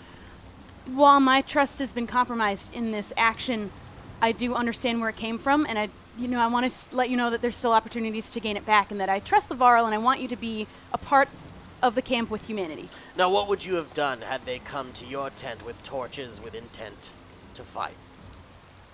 I can't answer that question unless it had happened, so I do understand. Clearly, that was a man who would not have his decisions changed. And unfortunately, that had to be taken care of. And I do agree that now things will probably move more smoothly, but I want you to know that I do still trust you in part, and that I do still trust the Varl with humanity here. I like that. And if you'd like, you can loot his body for coins or anything you'd like. You know what? I'm good, but I appreciate it. Well, so I mean, that's the question. Like, because Svert had like friends and stuff, and like family, and I don't think that it's over. For him, it is. For him. For Svert, it's very much over. But yeah. And I will say, something must have happened to escalate his anger. No drunk would have just come in the middle of the night and decided, even in his drunkenness, to come and fight a Varl. I agree. Something had to have instigated this. I would like to saunter into the scene at this point. Well done.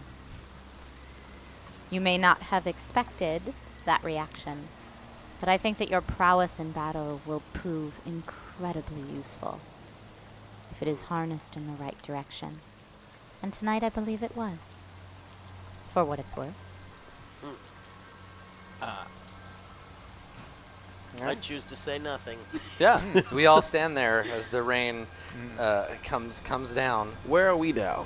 I assume the Yeah. two of you started heading back when you Yeah, heard. so we Edward heard shouting. the bellowing. You said that we could definitely Yeah. hear once the head. Yeah. So I'm like, we have to go back. We have to go back right now. Come on, quickly, sprint now. What is happening? I might have accidentally let it slip that you Varl mentioned possibly killing Svert. Quickly. I grab Torvald by the Yeah, collar Come here, you.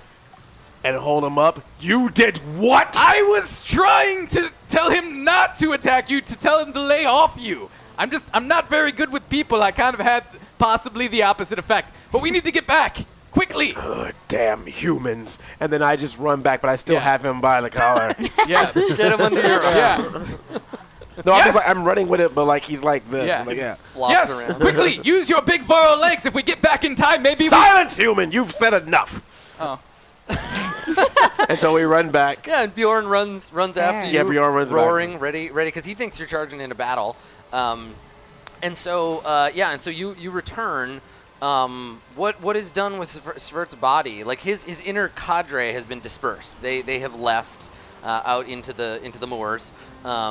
But there are others who still like knew him. Like he's still a person. He was a member of the community, even though he was like a real douche.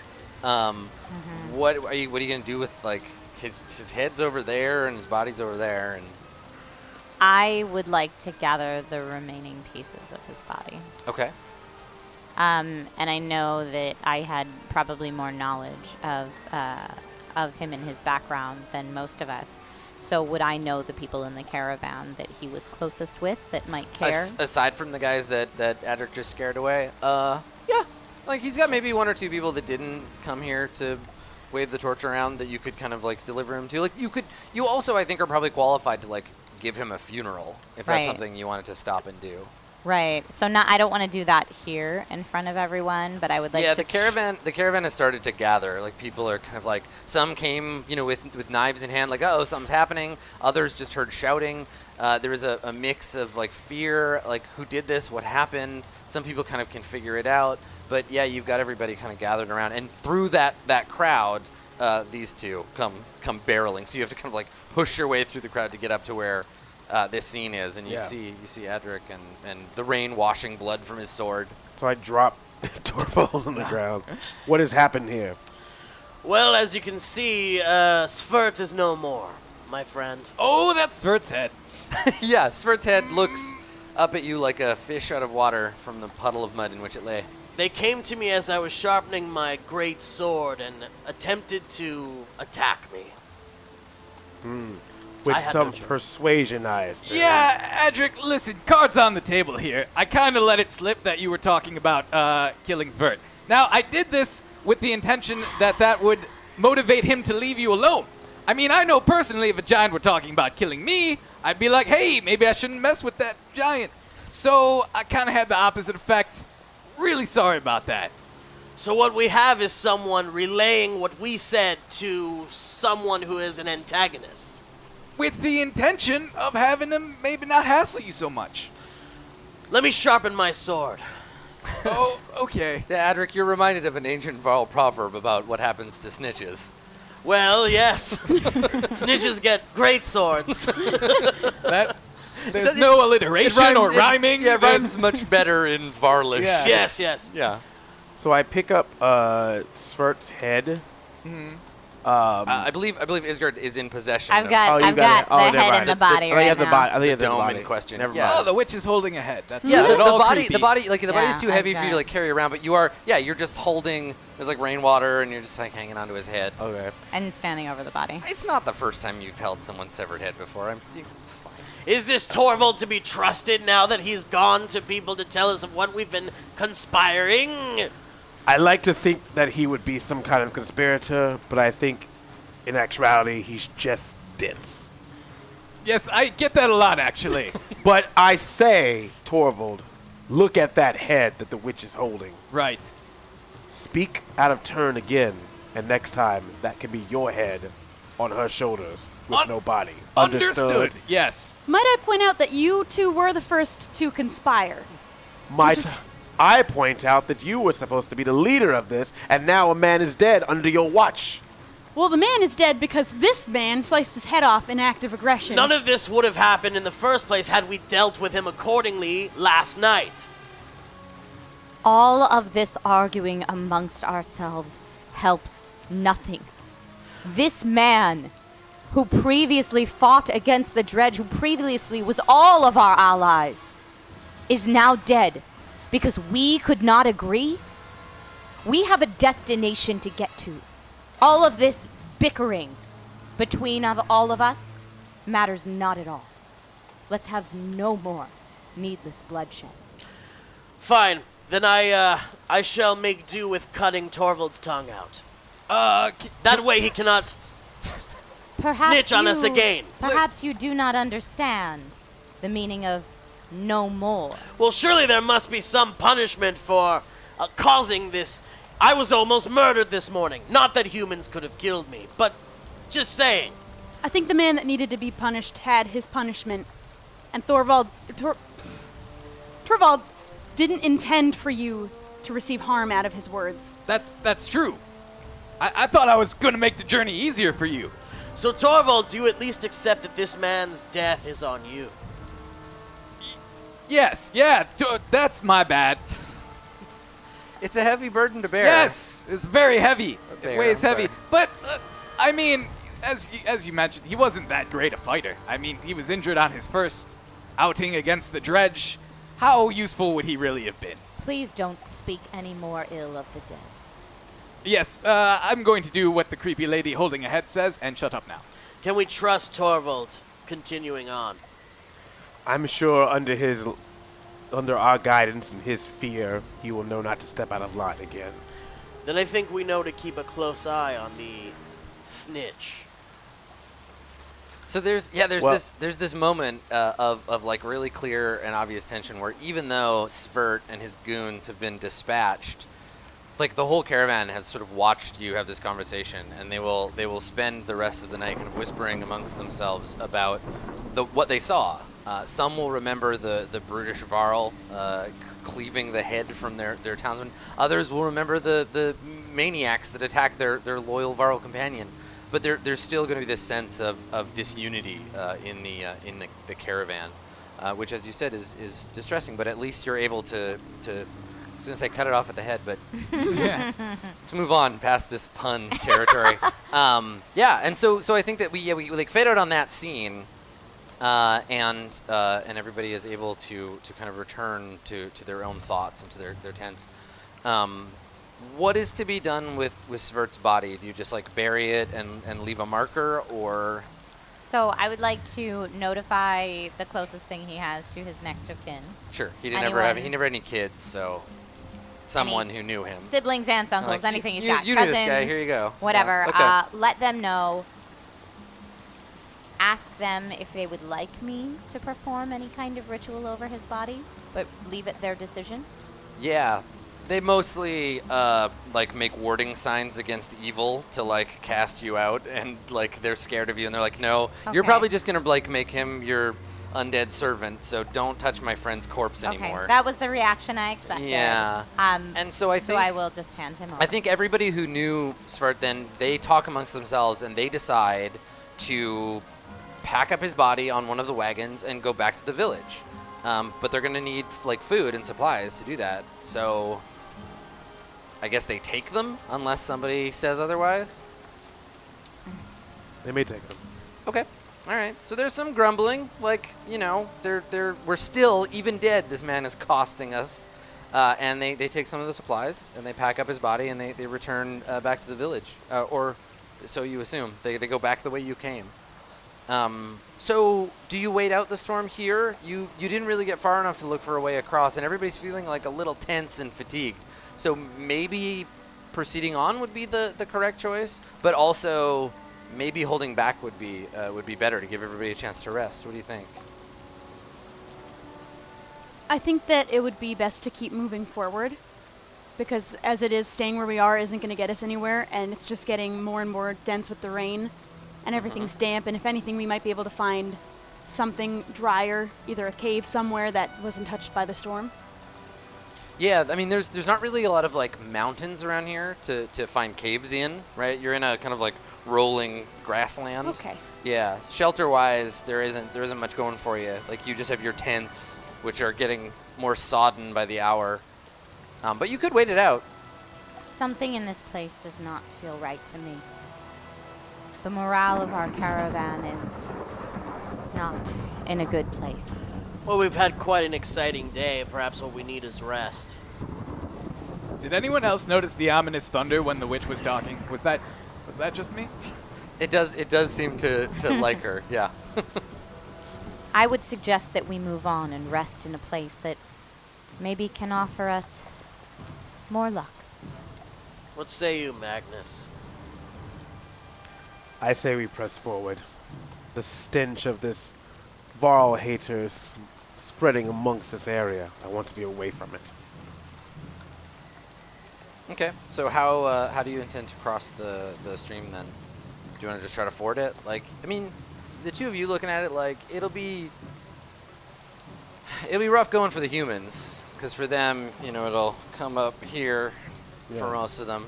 For you guys, it'll just be like waist high, but... Is there any way that we could go across and find something to put down for them to get the rest of them over?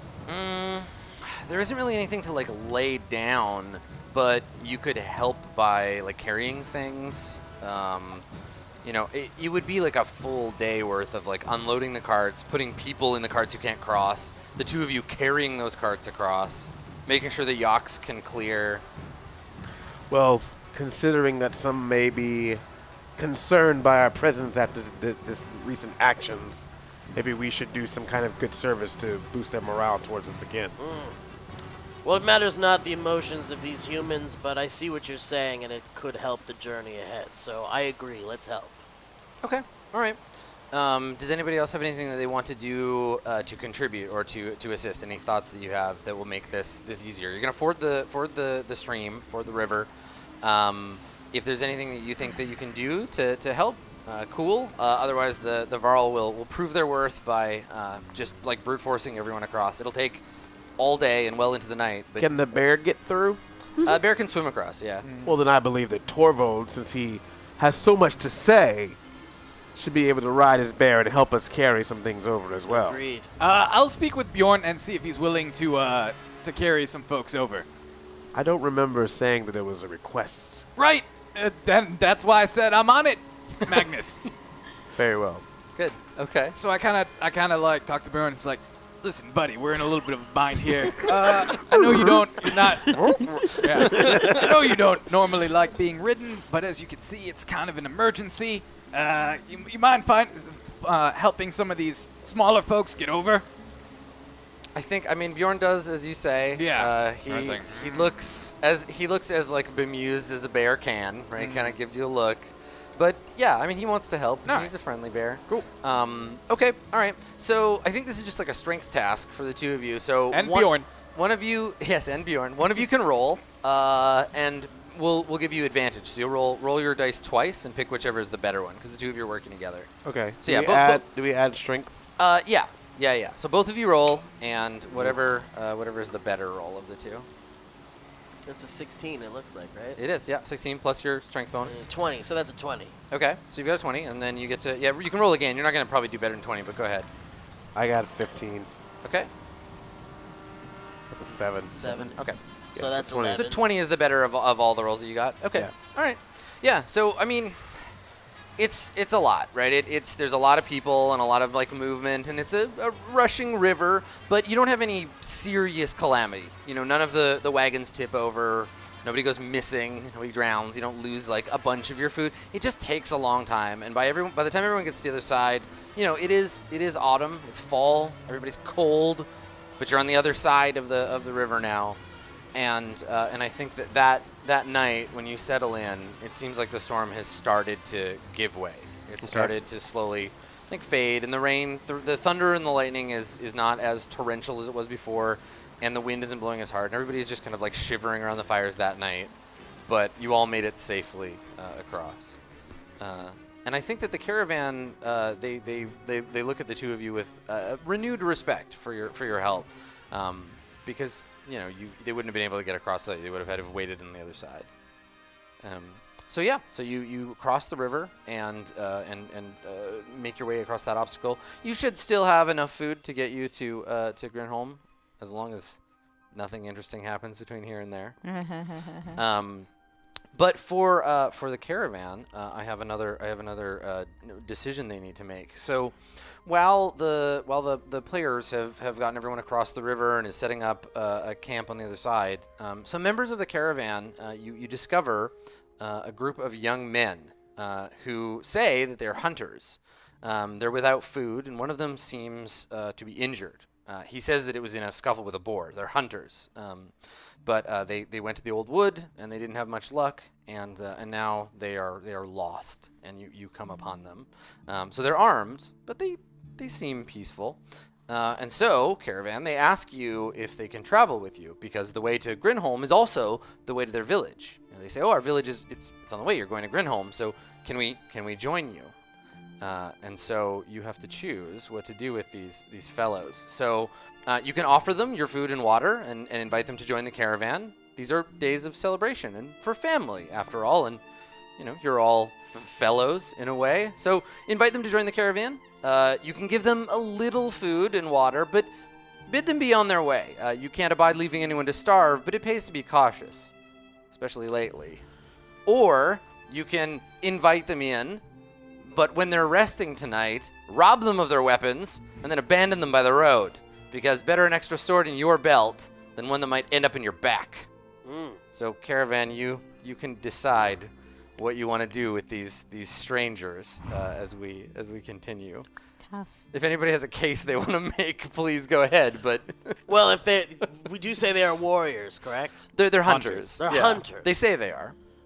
Perhaps I don't care for adding more humans to our company, but perhaps since we are less a few humans, maybe it would be useful to have some more men on our side with weapons in case we run into any unlikeliness. That is certainly a case. Anybody have a case for leaving them behind, or I don't know, robbing them in the night? I'm just going to get closer to Elfin Dredgehammer and make sure that the sword is untouched. Okay. All right. I might be slightly concerned for their safety if they join the party. Not the most stable party. But, you know, one of them's injured. I mean, it doesn't seem like they have much of a choice. Can't stay out here in the wild. There's flooding. They might get attacked by another boar. All right. So They don't seem to be very good hunters. One of them was hurt by their prey. Yeah, or it could be a lie. Yeah. So we'll see. We'll see how they go. So the caravan, you can make your decision about these fellows in the background. So the rain having passed, you find yourselves you awaken cold and uncomfortable, but it seems like the worst of it is over. The journey here continues northwest to the old woods, though through the mist and the rain you can't see it yet. It'll be some days before you make your way to the edge of the woods. Is there anything that you want to do before you set back out? I would like to talk to Sylvie. Yeah, sure. Okay. So I sit down beside her and I go, "So, a man's head cut off, morale low, a day lost carrying people over the water. Good first day for a leader, huh?" I'm trying my best to have peace between us all. But we have to all agree that we'll be peaceful with each other. Trying cannot be used as an excuse when one is dead. I take responsibility for his death. Very well. Just remember this. You've heard the story about it's not about the destination, it's about the journey. That's bullshit. It is always about the destination in a situation like this. No one wants to remember this journey. All that matters is that we get where we need to be, alive. And I will make sure that that happens. Be sure that you do. I can keep my composure when it comes to these humans, but as you can see, not the same for Adric. And if need be, I will always stand by my Varl side. I understand. And I walk away.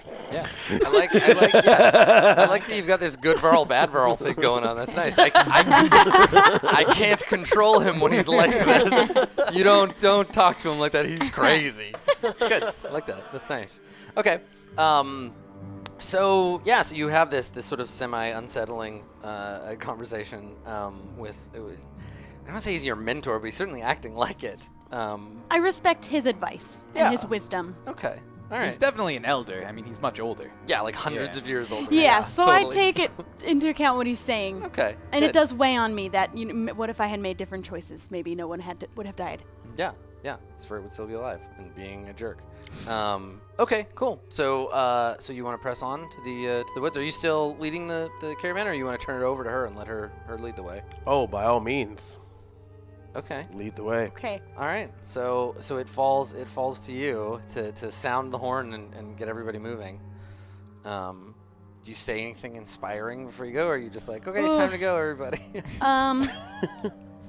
What I will say is that I know it has been a long journey already so far, and we've barely even made a dent in the distance that we have to travel.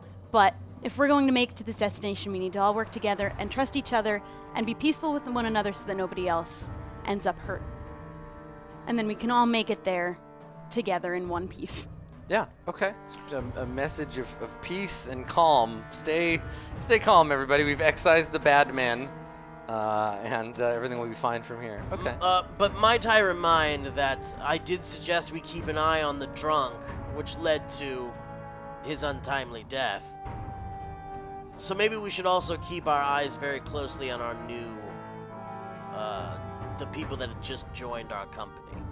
Yes, we wouldn't want them to get ahead of themselves. Now that's good. That's good. Because head to a roll if they do. Good thing. It's funny, but it's so ominous. Yeah, right, exactly. It's a great joke if you're not the guy who literally cut someone's head off yesterday.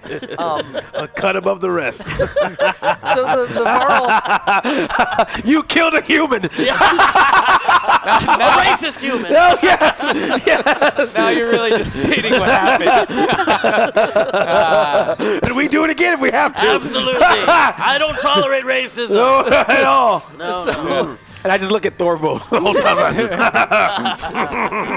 Yes. so your heartfelt speech of peace is completely undermined by these giants being like, yes, but also we will grind up your bones and make bread out of you.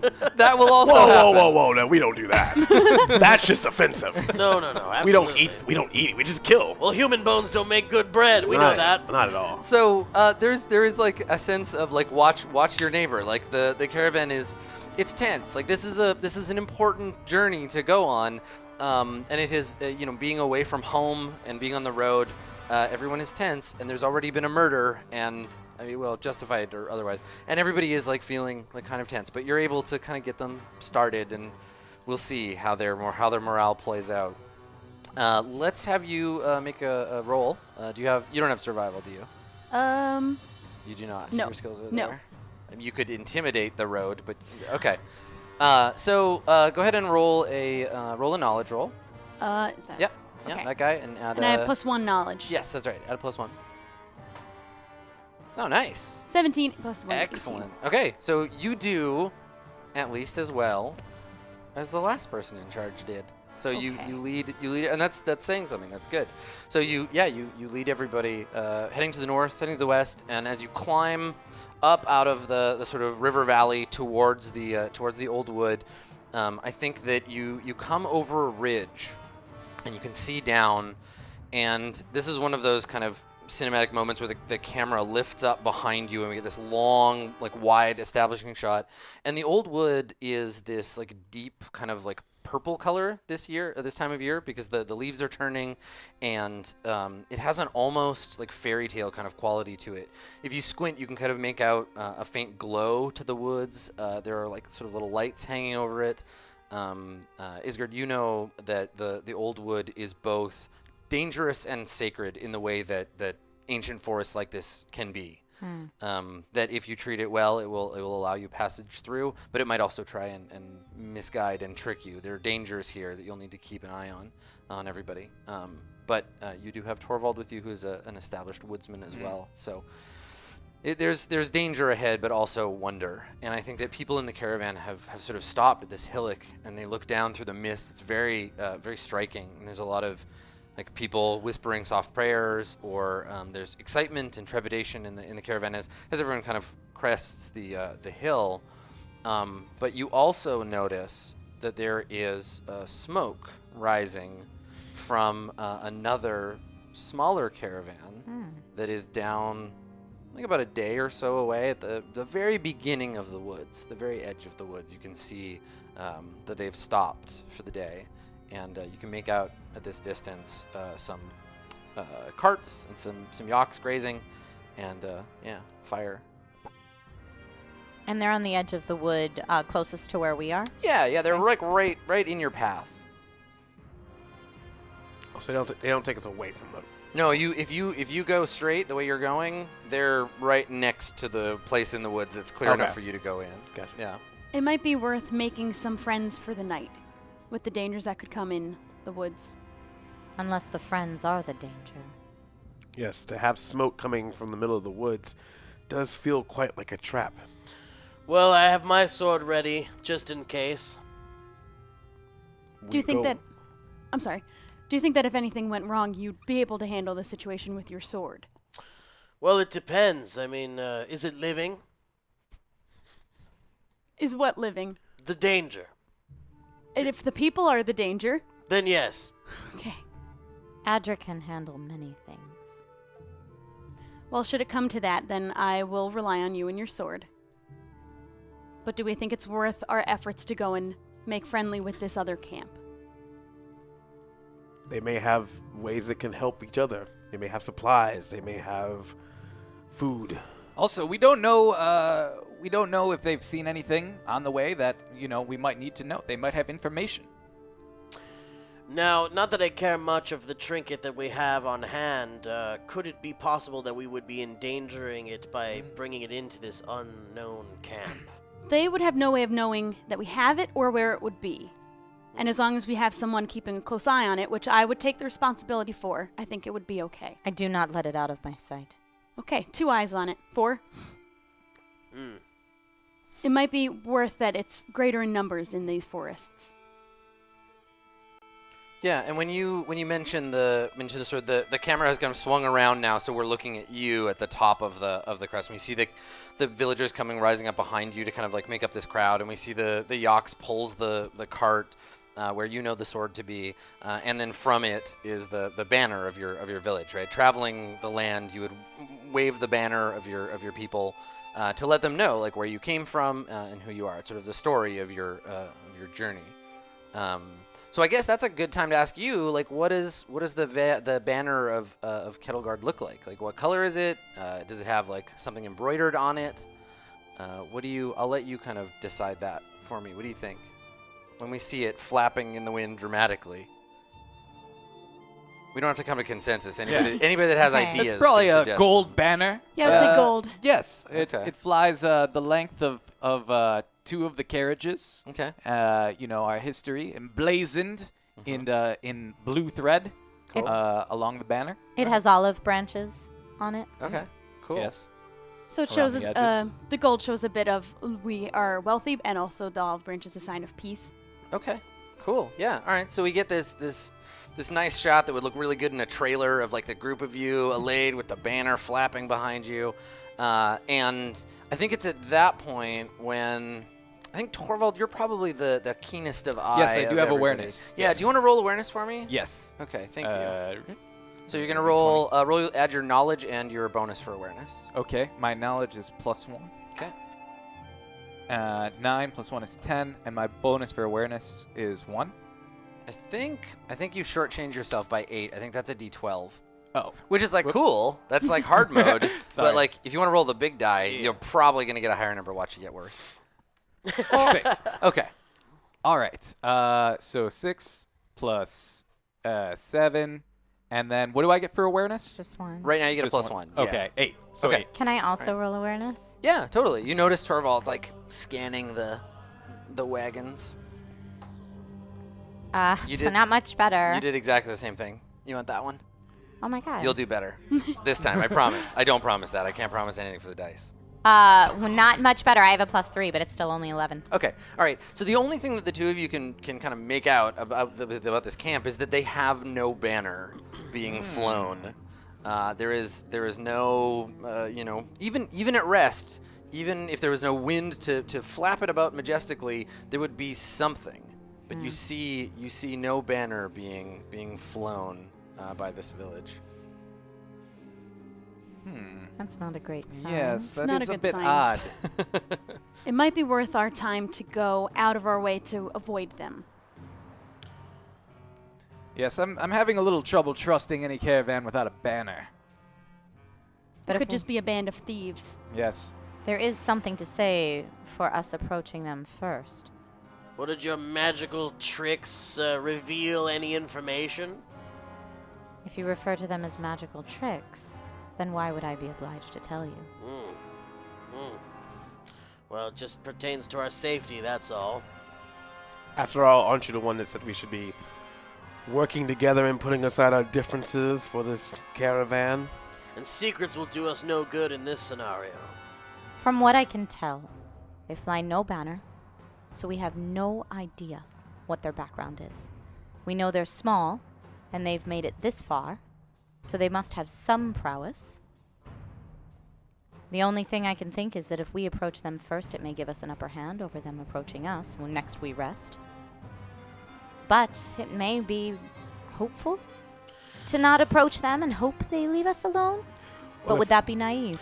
I'd say we approach with swords, just so that we show that we're not coming to just see what's up. We're here in defense. We And also we're- have greater numbers than they do. Of course. I think the swords are not necessary. That I may believe for lead them to caution. think that we're fighting.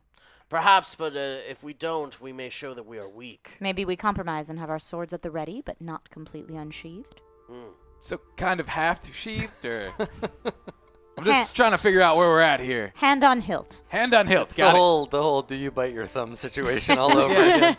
Like, look, we have swords. I'm just look at them, but I'm not intending to use it on you unless I have to, but I'm not going to. Okay. Well, I believe if we are to survey this place to see if there's any danger, it always helps to send a decoy out to first inspect if there's any safety or if there's danger so that we don't get hurt in the process. We could perhaps send someone with a bit of agility to spy on this camp and Yes. survey. Right.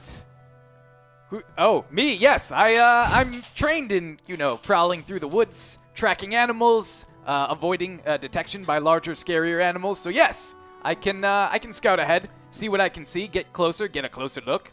Very good. You go do that and let us Okay. know what you see. This time your mouth can be useful to us. Right. Yes, by me telling you things rather than telling them things. I see what you're doing there. I'll just be on my way. I'll just head there. I'll go now. He's lucky he has a bear. Yes. Okay. So, do you go alone, Torvald? Good. Yes, Bjorn I goes do. with you? Bjorn, buddy, so you're great, but stealth isn't really your thing. Why don't you stay at camp? Keep an eye on the dredgehammer. Yes. Yeah, we really need like a big stuffed bear to put. Yeah. I'm gonna remember that for next time. Yeah. So okay. So Bjorn looks at you a little hurt, like must I? I thought okay, but what if you get in trouble? But he does as he's told, and then you slink away into the mist. Okay. Yeah, and I'm trying to get as close as I can without being detected, so I can see, anything that might tip me off to them being hostile. Do they have blood on their swords, or do they have sacks are they counting gold from a recent? Do they just look like Pillage. bad people Yeah. in a way Just that you overhear can tell? their It's- conversation. Yeah, if I really. could get close enough to do that, yes, Okay. that too. So what is your agility, and do you have any skills that would apply? My agility is +3, Okay. and I have stealth. Yes. Okay. So +1. All right, I'll roll for you because you won't know how stealthy you're being. Okay. So you begin descending down. Now you have the cloak of mist that hangs over this area to help you move quietly and unseen. And I think that you do get close enough to get a better look. Now it looks like, based on the tracks, it looks like these people came not from like the same direction as you, but they've hooked around the bottom of the woods and come to this side for some reason. So you're coming at it this way, and they've come around this direction. So they've come from kind of the opposite direction. Yeah. Okay. Yeah. But they've skirted the woods. They've skirted around the outside of the woods and stopped here. They seem much more. There are far fewer of them than there are of you, but they're all like fighter types. You can see that they all have weapons and shields. They don't look like a war party. They still have like supplies and yaks and caravan and stuff. But yeah, they look like they're ready to fight. All humans, no Varl? So there is a Varl among them. But before we get to that, you see in a barrel, you see the spiral edge of a banner that's been like rolled up and shoved into a barrel next to a pole that's laying. So they have their banner with them. They're just not flying it. It's like a black fabric. Black fabric. Yeah. Can I hear anything they're saying? Can I roll to hear what they're saying? Or Yeah, you overhear can them? make an awareness roll. Okay. Sure. That one is an 18. Nice. Yeah, +2, so 20. Okay. Yeah. So this is a great opportunity for you to see the Varl.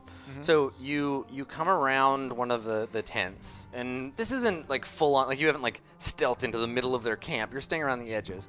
But there's a big tent at the edge, like the biggest tent here, and emerging from it, you see two figures. You see first an enormous Varl. Like big even for a Varl. One of his horns is broken off. He has an enormous black scraggly beard. Despite the cold, he's only wearing like a wolf pelt around his shoulders. And he has an enormous club, just a big like spiked club, and it's across his back.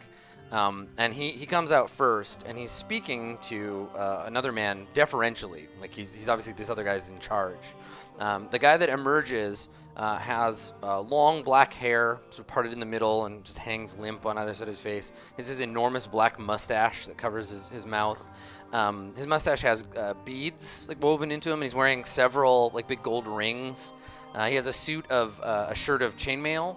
And then he has a big gold torque, which is like a thick, like Viking kind of neck thing. He's not armed, and I think. Wait, is this one also Varl? No, this is a human. Okay, the little this is a guy. human, Yeah. You recognize him. This guy, his name is Tyr, and he is the self-styled warlord of a village called Thornheim. And Thornheim and Kettlegard, you have a rivalry. They have been a bother as long as Kettlegard has been around. There's like some deep-seated ancient family feud between like the people who founded both. They're like Springfield and Shelbyville, and he just like, so they must have come from Thornheim. You don't recognize this big goon, but as they're coming out, the Varl's like, how much longer do we have to wait? And Tyr rubs his hands together and he's like, soon. This is the only way through. They don't have the time to go all the way around the wood. And the Varl nods and he's like, yes. And Tyr says, see, all you have to do is be patient, Berg, and in time you'll be rewarded. And Berg just like rubs his hands together and he's like, tired of being patient. And he goes and he sits down on a pile of supplies, like one of the carts that kind of like tips. And he just sits on, he sulks. And they don't see you. Tyr goes off to do some other business, and his friend Berg sits and kind of like tries to amuse himself, but is obviously like itching for a fight. Okay. Yeah. So this is very vital information. Yeah, you learned a lot. Yes, I did good. Yes, my spying was very good. I should run back and tell the crew what I heard, the caravan what I've discovered. Sure. Okay. So I sneak away, and once I'm clear, I break into a run and I get back to the camp, and I'm like, guys, it's Tyr. It's Tyr of Thornheim. These guys are bad dudes, and they're waiting for someone. Probably us. I heard him talking to this big Varl named Berg. They're like, there's no other way to go around. We don't have time to go through the forest. We'll never make it in time. Which is true. If we went around the forest, we'd never make it to the wedding. So they could be waiting for us. And let me tell you something about Thornheim. My uncle told me about Thornheim, and these are not good guys. And from the few I've met of them, they're bad dudes. They waylay people on trails and stuff. We don't want to trust these guys. Is basically what I'm saying. You know, it's Thornheim.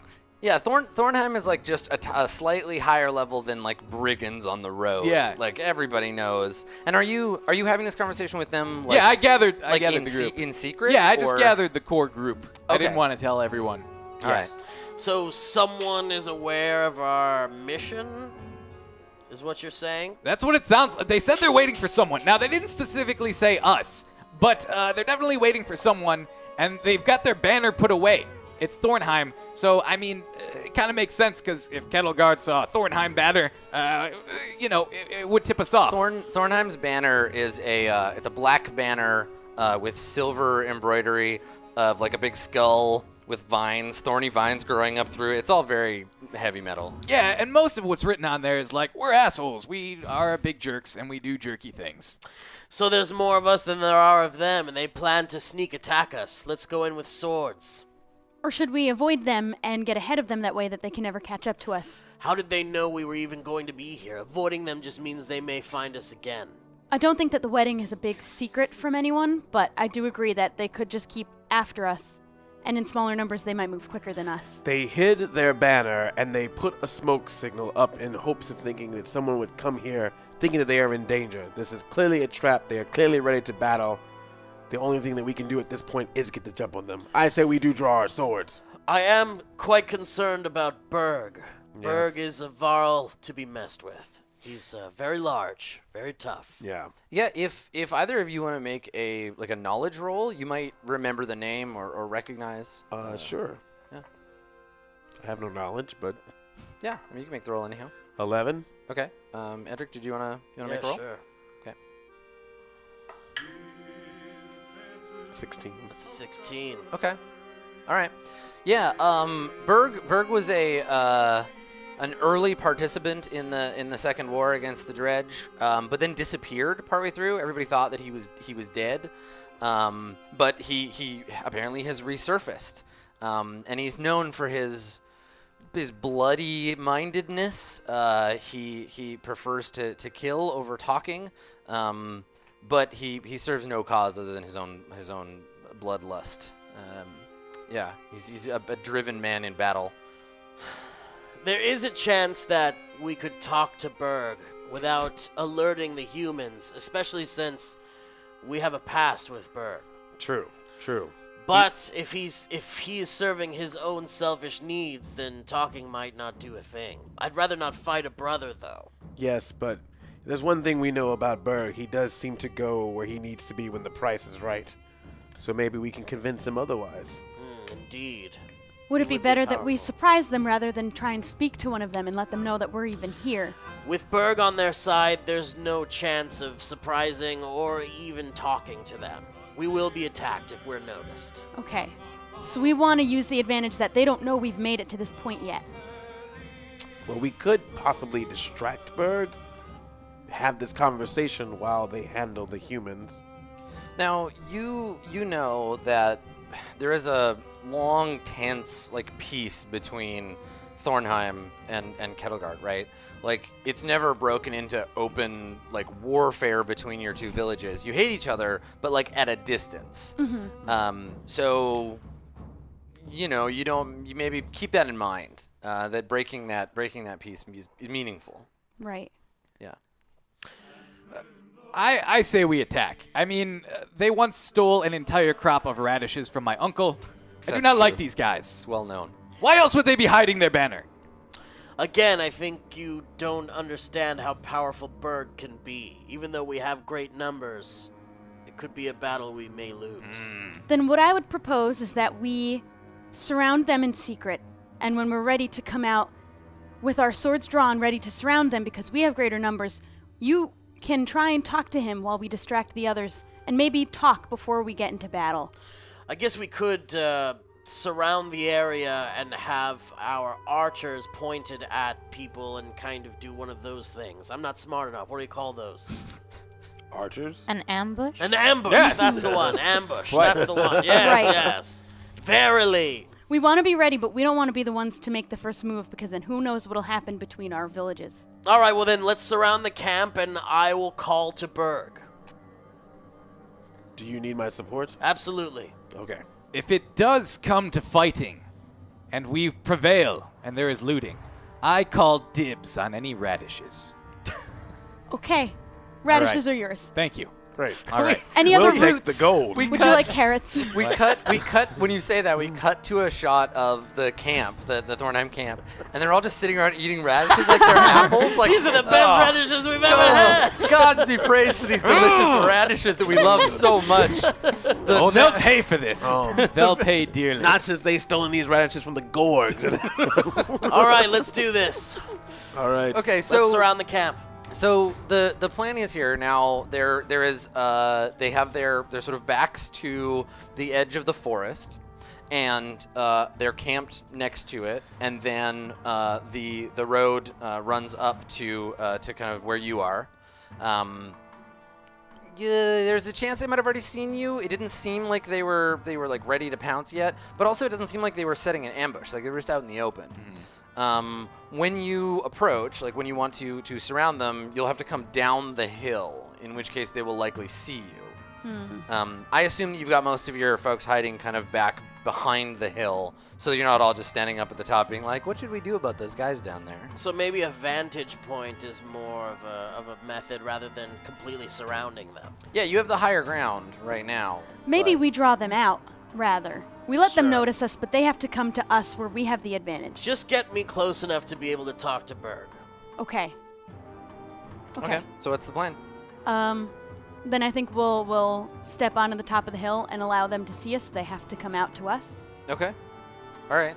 And is this a clear, like, calling out? Are you going to, like, wave the banner and be like... I'd like to yell out to Berg. Yeah, so you're going to shout? Yeah, just gonna Okay. shout. Yeah. All right. Okay. You shout anything in particular? Or Yeah, I say, Berg! Yeah, good. It is I, Adric Frostbeard. Whatever they're paying you, we'll double it. Okay. It's a good boast. Let's have you make a roll. Make a influence roll. All right. I have a +2 to influence. Okay. And that's a 2, so I got 4 influence. Okay. Oh. All right. So we cut back down to the camp, and when Berg hears his name, he like jumps up and grabs his club, like, "Oh, something to kill!"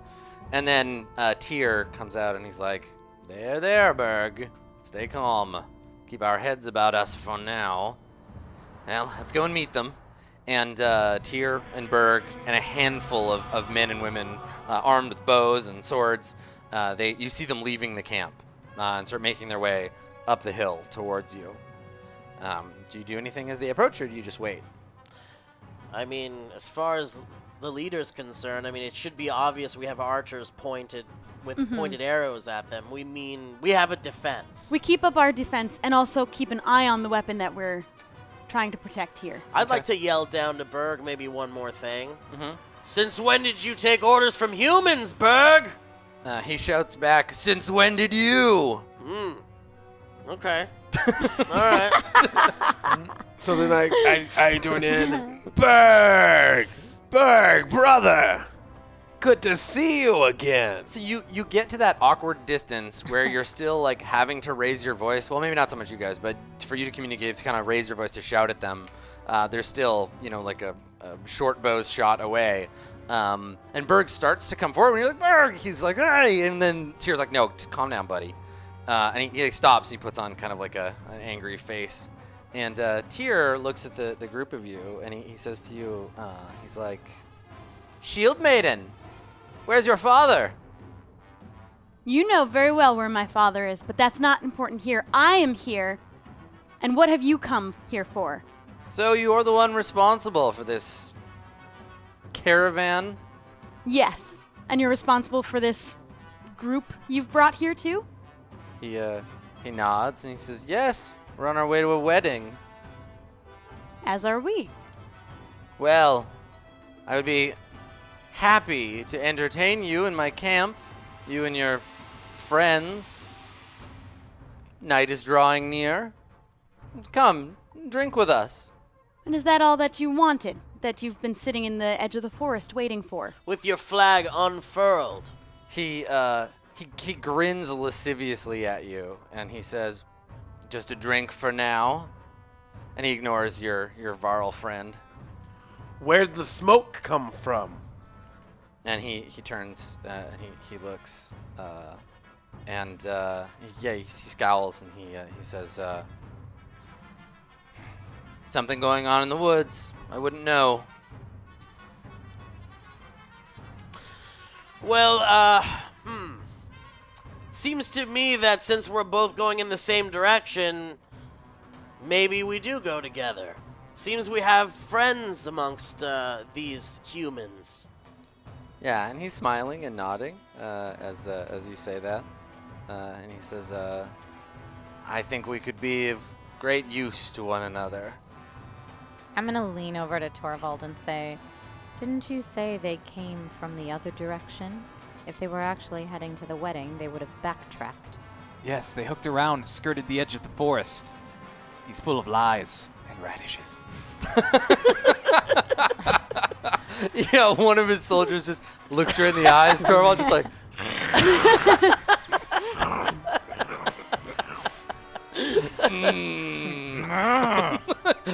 I'm enraged. Yeah, I feel it. So yeah, what do you We relay this information. Yeah, Okay. Yes. I can see their intentions are not to be trusted. They have already lied to us several times in this interaction alone. I never intended to trust them either, but it might be worth keeping them where we can see them. If we try and separate from them and go off on our own, who knows if they'll try and ambush us at that point. Perhaps just confront them with this knowledge that we have. Why would they have come from this direction if they were heading towards the wedding as they do? Okay, would you like to shout it at them and ask why? Sure. A mouth who likes to speak quite often has told us, my dear sirs, that you came from a completely different direction and overheard you saying that indeed, why didn't you just go straight to the wedding? And he looks hurt, and he says, so you saw my camp and sent a scout to spy on us? Was it you, little Torvald? Yeah, it was, radish thief. And I was spying on you. And he laughs. He says, the farmer's life is not for you. We did you a favor in that raid. Look how well you've turned out. A farmer's life is not for me. You can't even grow your own radishes. And as a farmer he may be, he still entered your camp undetected. Yeah. And he nods and he says, we could use men like you, Torvald. We pay well, and there's glory in it. Psh, I'll not join the likes of you, Tyr. I he- suggest you still your tongue, or Adric will cut it out. Why don't we He's get quite to fond the- of cutting tongues out. Why don't we He's get told to the me. point? Yes. Let's get to the point here. What are your true intentions here? And he puts his hands up and he says, I have only hospitality in mind. Come back with me to the camp. Even your Varl are welcome. We'll have a drink. I'll feed you. And we'll talk about the wedding.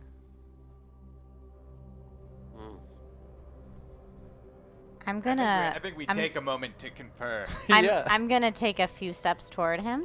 Okay. Not close enough to touch him.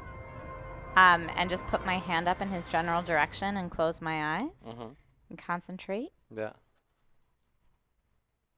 and put my hand back down and make eye contact with him.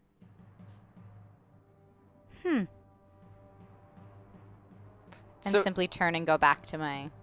Okay. All right. So have you ever interacted with Tyr in person before? Like, would he recognize you? Does he know who you are? He may. He might. Okay, let's roll. I'm for not it. sure. I'll roll. What's your influence is 2, right? My influence is 3. Influence is 3. Okay. All right. And then I have persuasion as well as a skill. Okay. Yeah. This is more just to see if he recognizes you. Okay. I think you're all sort of ill renown because you're just villagers right now, but I think you do have a reputation. So, yeah, I think he doesn't know you by person. Like, he couldn't be like, oh, that's Isgard and she's a witch. Right. But he's like, you dress like a witch and you just did a weird thing. What is this? And yeah, and he scowls and he looks at you and he says, what is this? She's part of our party. Do you have a problem with her? I didn't realize you had a rogue Valka in your famed village. What use have you of her? There's no dredge in these lands. She's not rogue. She's one of our people. And her use is of none of your business, sir. And there's, yeah, like you can see that like they're a little unnerved. They're not afraid, but they're just kind of like, wow, this is weird, Tyr. We should just go. And he like puts his hand up, and everybody, like his goons, kind of quiet down. And he says, I've made you a fair offer of hospitality. Take it or leave it. Berg, it is not right for a Varl to lie to his brother. Yeah, when you shout his name, Berg stops picking his nose and like looks looks up at you. Classic Berg. Yeah, always picking his nose. Berg, it is not one for a Varl to lie to his brother. So tell us truthfully, what is going on here? What do you have plans for us? And he says, Tyr has given me opportunity to fight, and so I follow him. And he says fight, and I do. So their intentions are to fight. And Tyr says, no, Shield Maiden, of course not. I think your Varl just gave your position away. Berg is- I have seen your true intentions. My character sympathizes with Berg a little bit when he accidentally gives away the plan. Berg. So Tyr says, I assure you, Berg is a mere bodyguard. These are dangerous times, and an important man such as myself finds it valuable to spend some of my gold on hired muscle. You understand? You've 2 of your own. We could have 3. Indeed. Berg, join us. Leave this sniveling man behind who does nothing good for you, and be with your Varlkin. And Tyr, full of himself, like folds his arms and he's like, I do what you want to do, Berg. Like, I'm gonna pay you. And he just looks at him, and Berg scratches his head and like looks around like, Berg doesn't know what to do. Berg, I cut off a dude's head like 2 days ago. You want to get in on that some of that action? And Said you want to fight. And Tyr says to him, Berg, there'll be plenty of time for fighting, and gold, and all the other benefits of serving me. Let's have like an opposed roll. Let's see if you can convince him versus like Tyr convincing him. So I'll roll for Tyr, and then I'll let you know what you need to beat. So Tyr's like the mayor. He's got an okay influence. I'm gonna give him a 2. He's not as influential as like Isgard, but ooh, I got a 20. I got rolled an 18. So Ooh. Wow. yeah. Come Are we on. both rolling? Oh boy, those are small numbers. Those are small A numbers. 5 and a 7. 7. All right. Yeah, so that's So not anything. yeah, Berg looks at Tyr, and he kind of has that look of a like, can I, Dad? Can I go and like hang out with my friends? And Tyr just shakes his head like, don't be an idiot, Berg. And Berg just like I'm sorry. And you see him like kind of like shrink up a little and like fall back a step. And Tyr says to you, he's like, I think we're done here. Can we speak then before we make a final decision here? What use do we have with this camp? If we can We have overcome them, we can take their supplies, but is it worth risking any of our people? I've no love for Thornheim. Yeah, If so when it's you battle. say that, and like word has gotten out that it's like, oh, a bunch of Thornheimers Yeah. I will say that like a significant number on the original question of what people brought with them, a significant number chose knives. So like you look back and there are other villagers who are like Thornheimers. Oh, well, we hate them also. So there's like a good chunk of your caravan that's like raring for a fight to begin with. Well, I have no allegiance to either town really, except for the one we come from that gave me a nice big home to live in. But I'm just here to fight. So if you want a sword, I'm here. All I'm saying is that they have clearly set themselves up to fight someone. If we do not fight them, it is very clear that they will soon try to fight us. They cannot be trusted in this position. All right, let's Agreed. do it. Let's fight them. And we start on high ground, so we have the advantage if we take them first. You're in command. Then let's do it. So what do you do to prepare? And this is great. You're setting me up for a fantastic cliffhanger. What are you gonna do? What are you gonna do to prepare for battle? Right. So you turn back to Tyr, and Tyr's like, "Well, what are you gonna do? Like, come and hang out. I'll tell you what I want." And so you just turn around and you're just like, I'm going to say you came here for a fight, then you've got one. and he shakes his head and he's like, "Typical." And he sighs, like big dramatic sigh, and he turns away. And Berg is just like, "Yes, awesome." And he picks up his club and he looks at the two of you like, "This is gonna be awesome. We'll see you guys later." And and the group of malcontents head back down towards their little camp on the edge of the woods. So, you know now your intent. What are you gonna do to prepare? Well, we're going to make sure all of our people have their knives ready. Make sure that the weapon that we're traveling with is secure. Maybe not everyone who's equipped to fight, like children and women and just the weaker, will stay with the supplies, and we can go down in a group with all the weapons to fight them. Okay. And you want to do that like right this second, like get everybody together and just like run down the hill after them. So it's misty. There's a little bit of like haze in the air. It's coming up on nighttime. So yeah, if you want it to be like a big open field battle, you probably want to wait till daytime. But if this is a whole like murder them in their sleep, attack them at night kind of deal, then just wait till the sun finishes going down. I think it would be the best advantage we'd have to take them now, Excellent. rather okay. than let them prepare. Agreed. We don't want to give them an opportunity to come in the night and The- attack us. Yeah. Well, and Especially if they know what we have. do we think that they respect any kind of war law that says let the enemy sleep and we'll attack in the morning? Who knows? Absolutely not. Not at all. I mean, if we did want to attack in morning, we could set watch. They'd have to come all the way up the hill to get us, so we would see them coming, I imagine. Well, they could have someone sneaky like you in their No, midst. right, yes. A sneaker. You're right, we should attack them now. Okay. All right. Well, great. So I think then the last scene that we have is of everybody sort of girding their loins for battle. Right. We get the sharpening of swords. I take out my war hammer. Yeah. The preparing as the sun goes down. The tension in the camp is that there will be a battle by night with the hated Thornheimers, and your camp is behind you. The caravan is ready for battle. And I think that's where we kind of fade out on the episode. And so I know. So we'll start the next one on a big battle scene probably. I mean battle. You're gonna Bring my shield. You're gonna come on them in the night. So Phrasing. yeah, it might be a horrific murder. Listen, you do what you want to do. It's a role-playing game. You can do whatever We you should want. have torches too, but since it might be dark by the time we go down there. Yeah. Oh yeah, well those guys had to. Oh wait, they left. Oh, that's right. And you killed That's right. I did kill them. Yeah.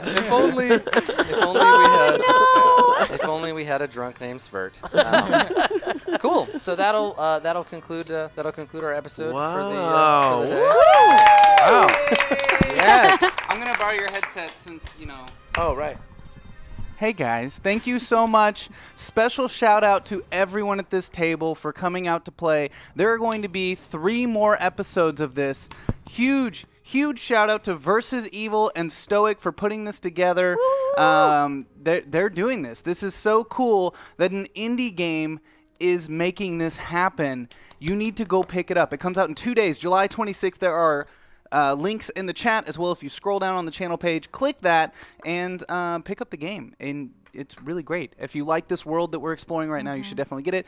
A big shout out to Adam for coming, flying into town to do this for the for 4 weeks total, flying into town to do this. That's a huge commitment. Thank you so much. This has been a lot of fun. Thank you to all the new subscribers tonight, all the support. This is our only show today. Usually we have a lot more going on, but as you can see, we had to rebuild the entire studio to do this for this special occasion. So stick around. Right after this, we're doing a special replay of all our 10 Candles episodes from the Charlie Chimp story. It's spooky. It's a horror RPG, and tomorrow we will be here with a fun, silly, kind of 80s inspired horror RPG, as well as a Star Wars Edge of the Empire RPG. So stick around. Thank you guys so much. Big shout out to everyone here. See you all next week at the exact same time, 7 p.m. next Tuesday.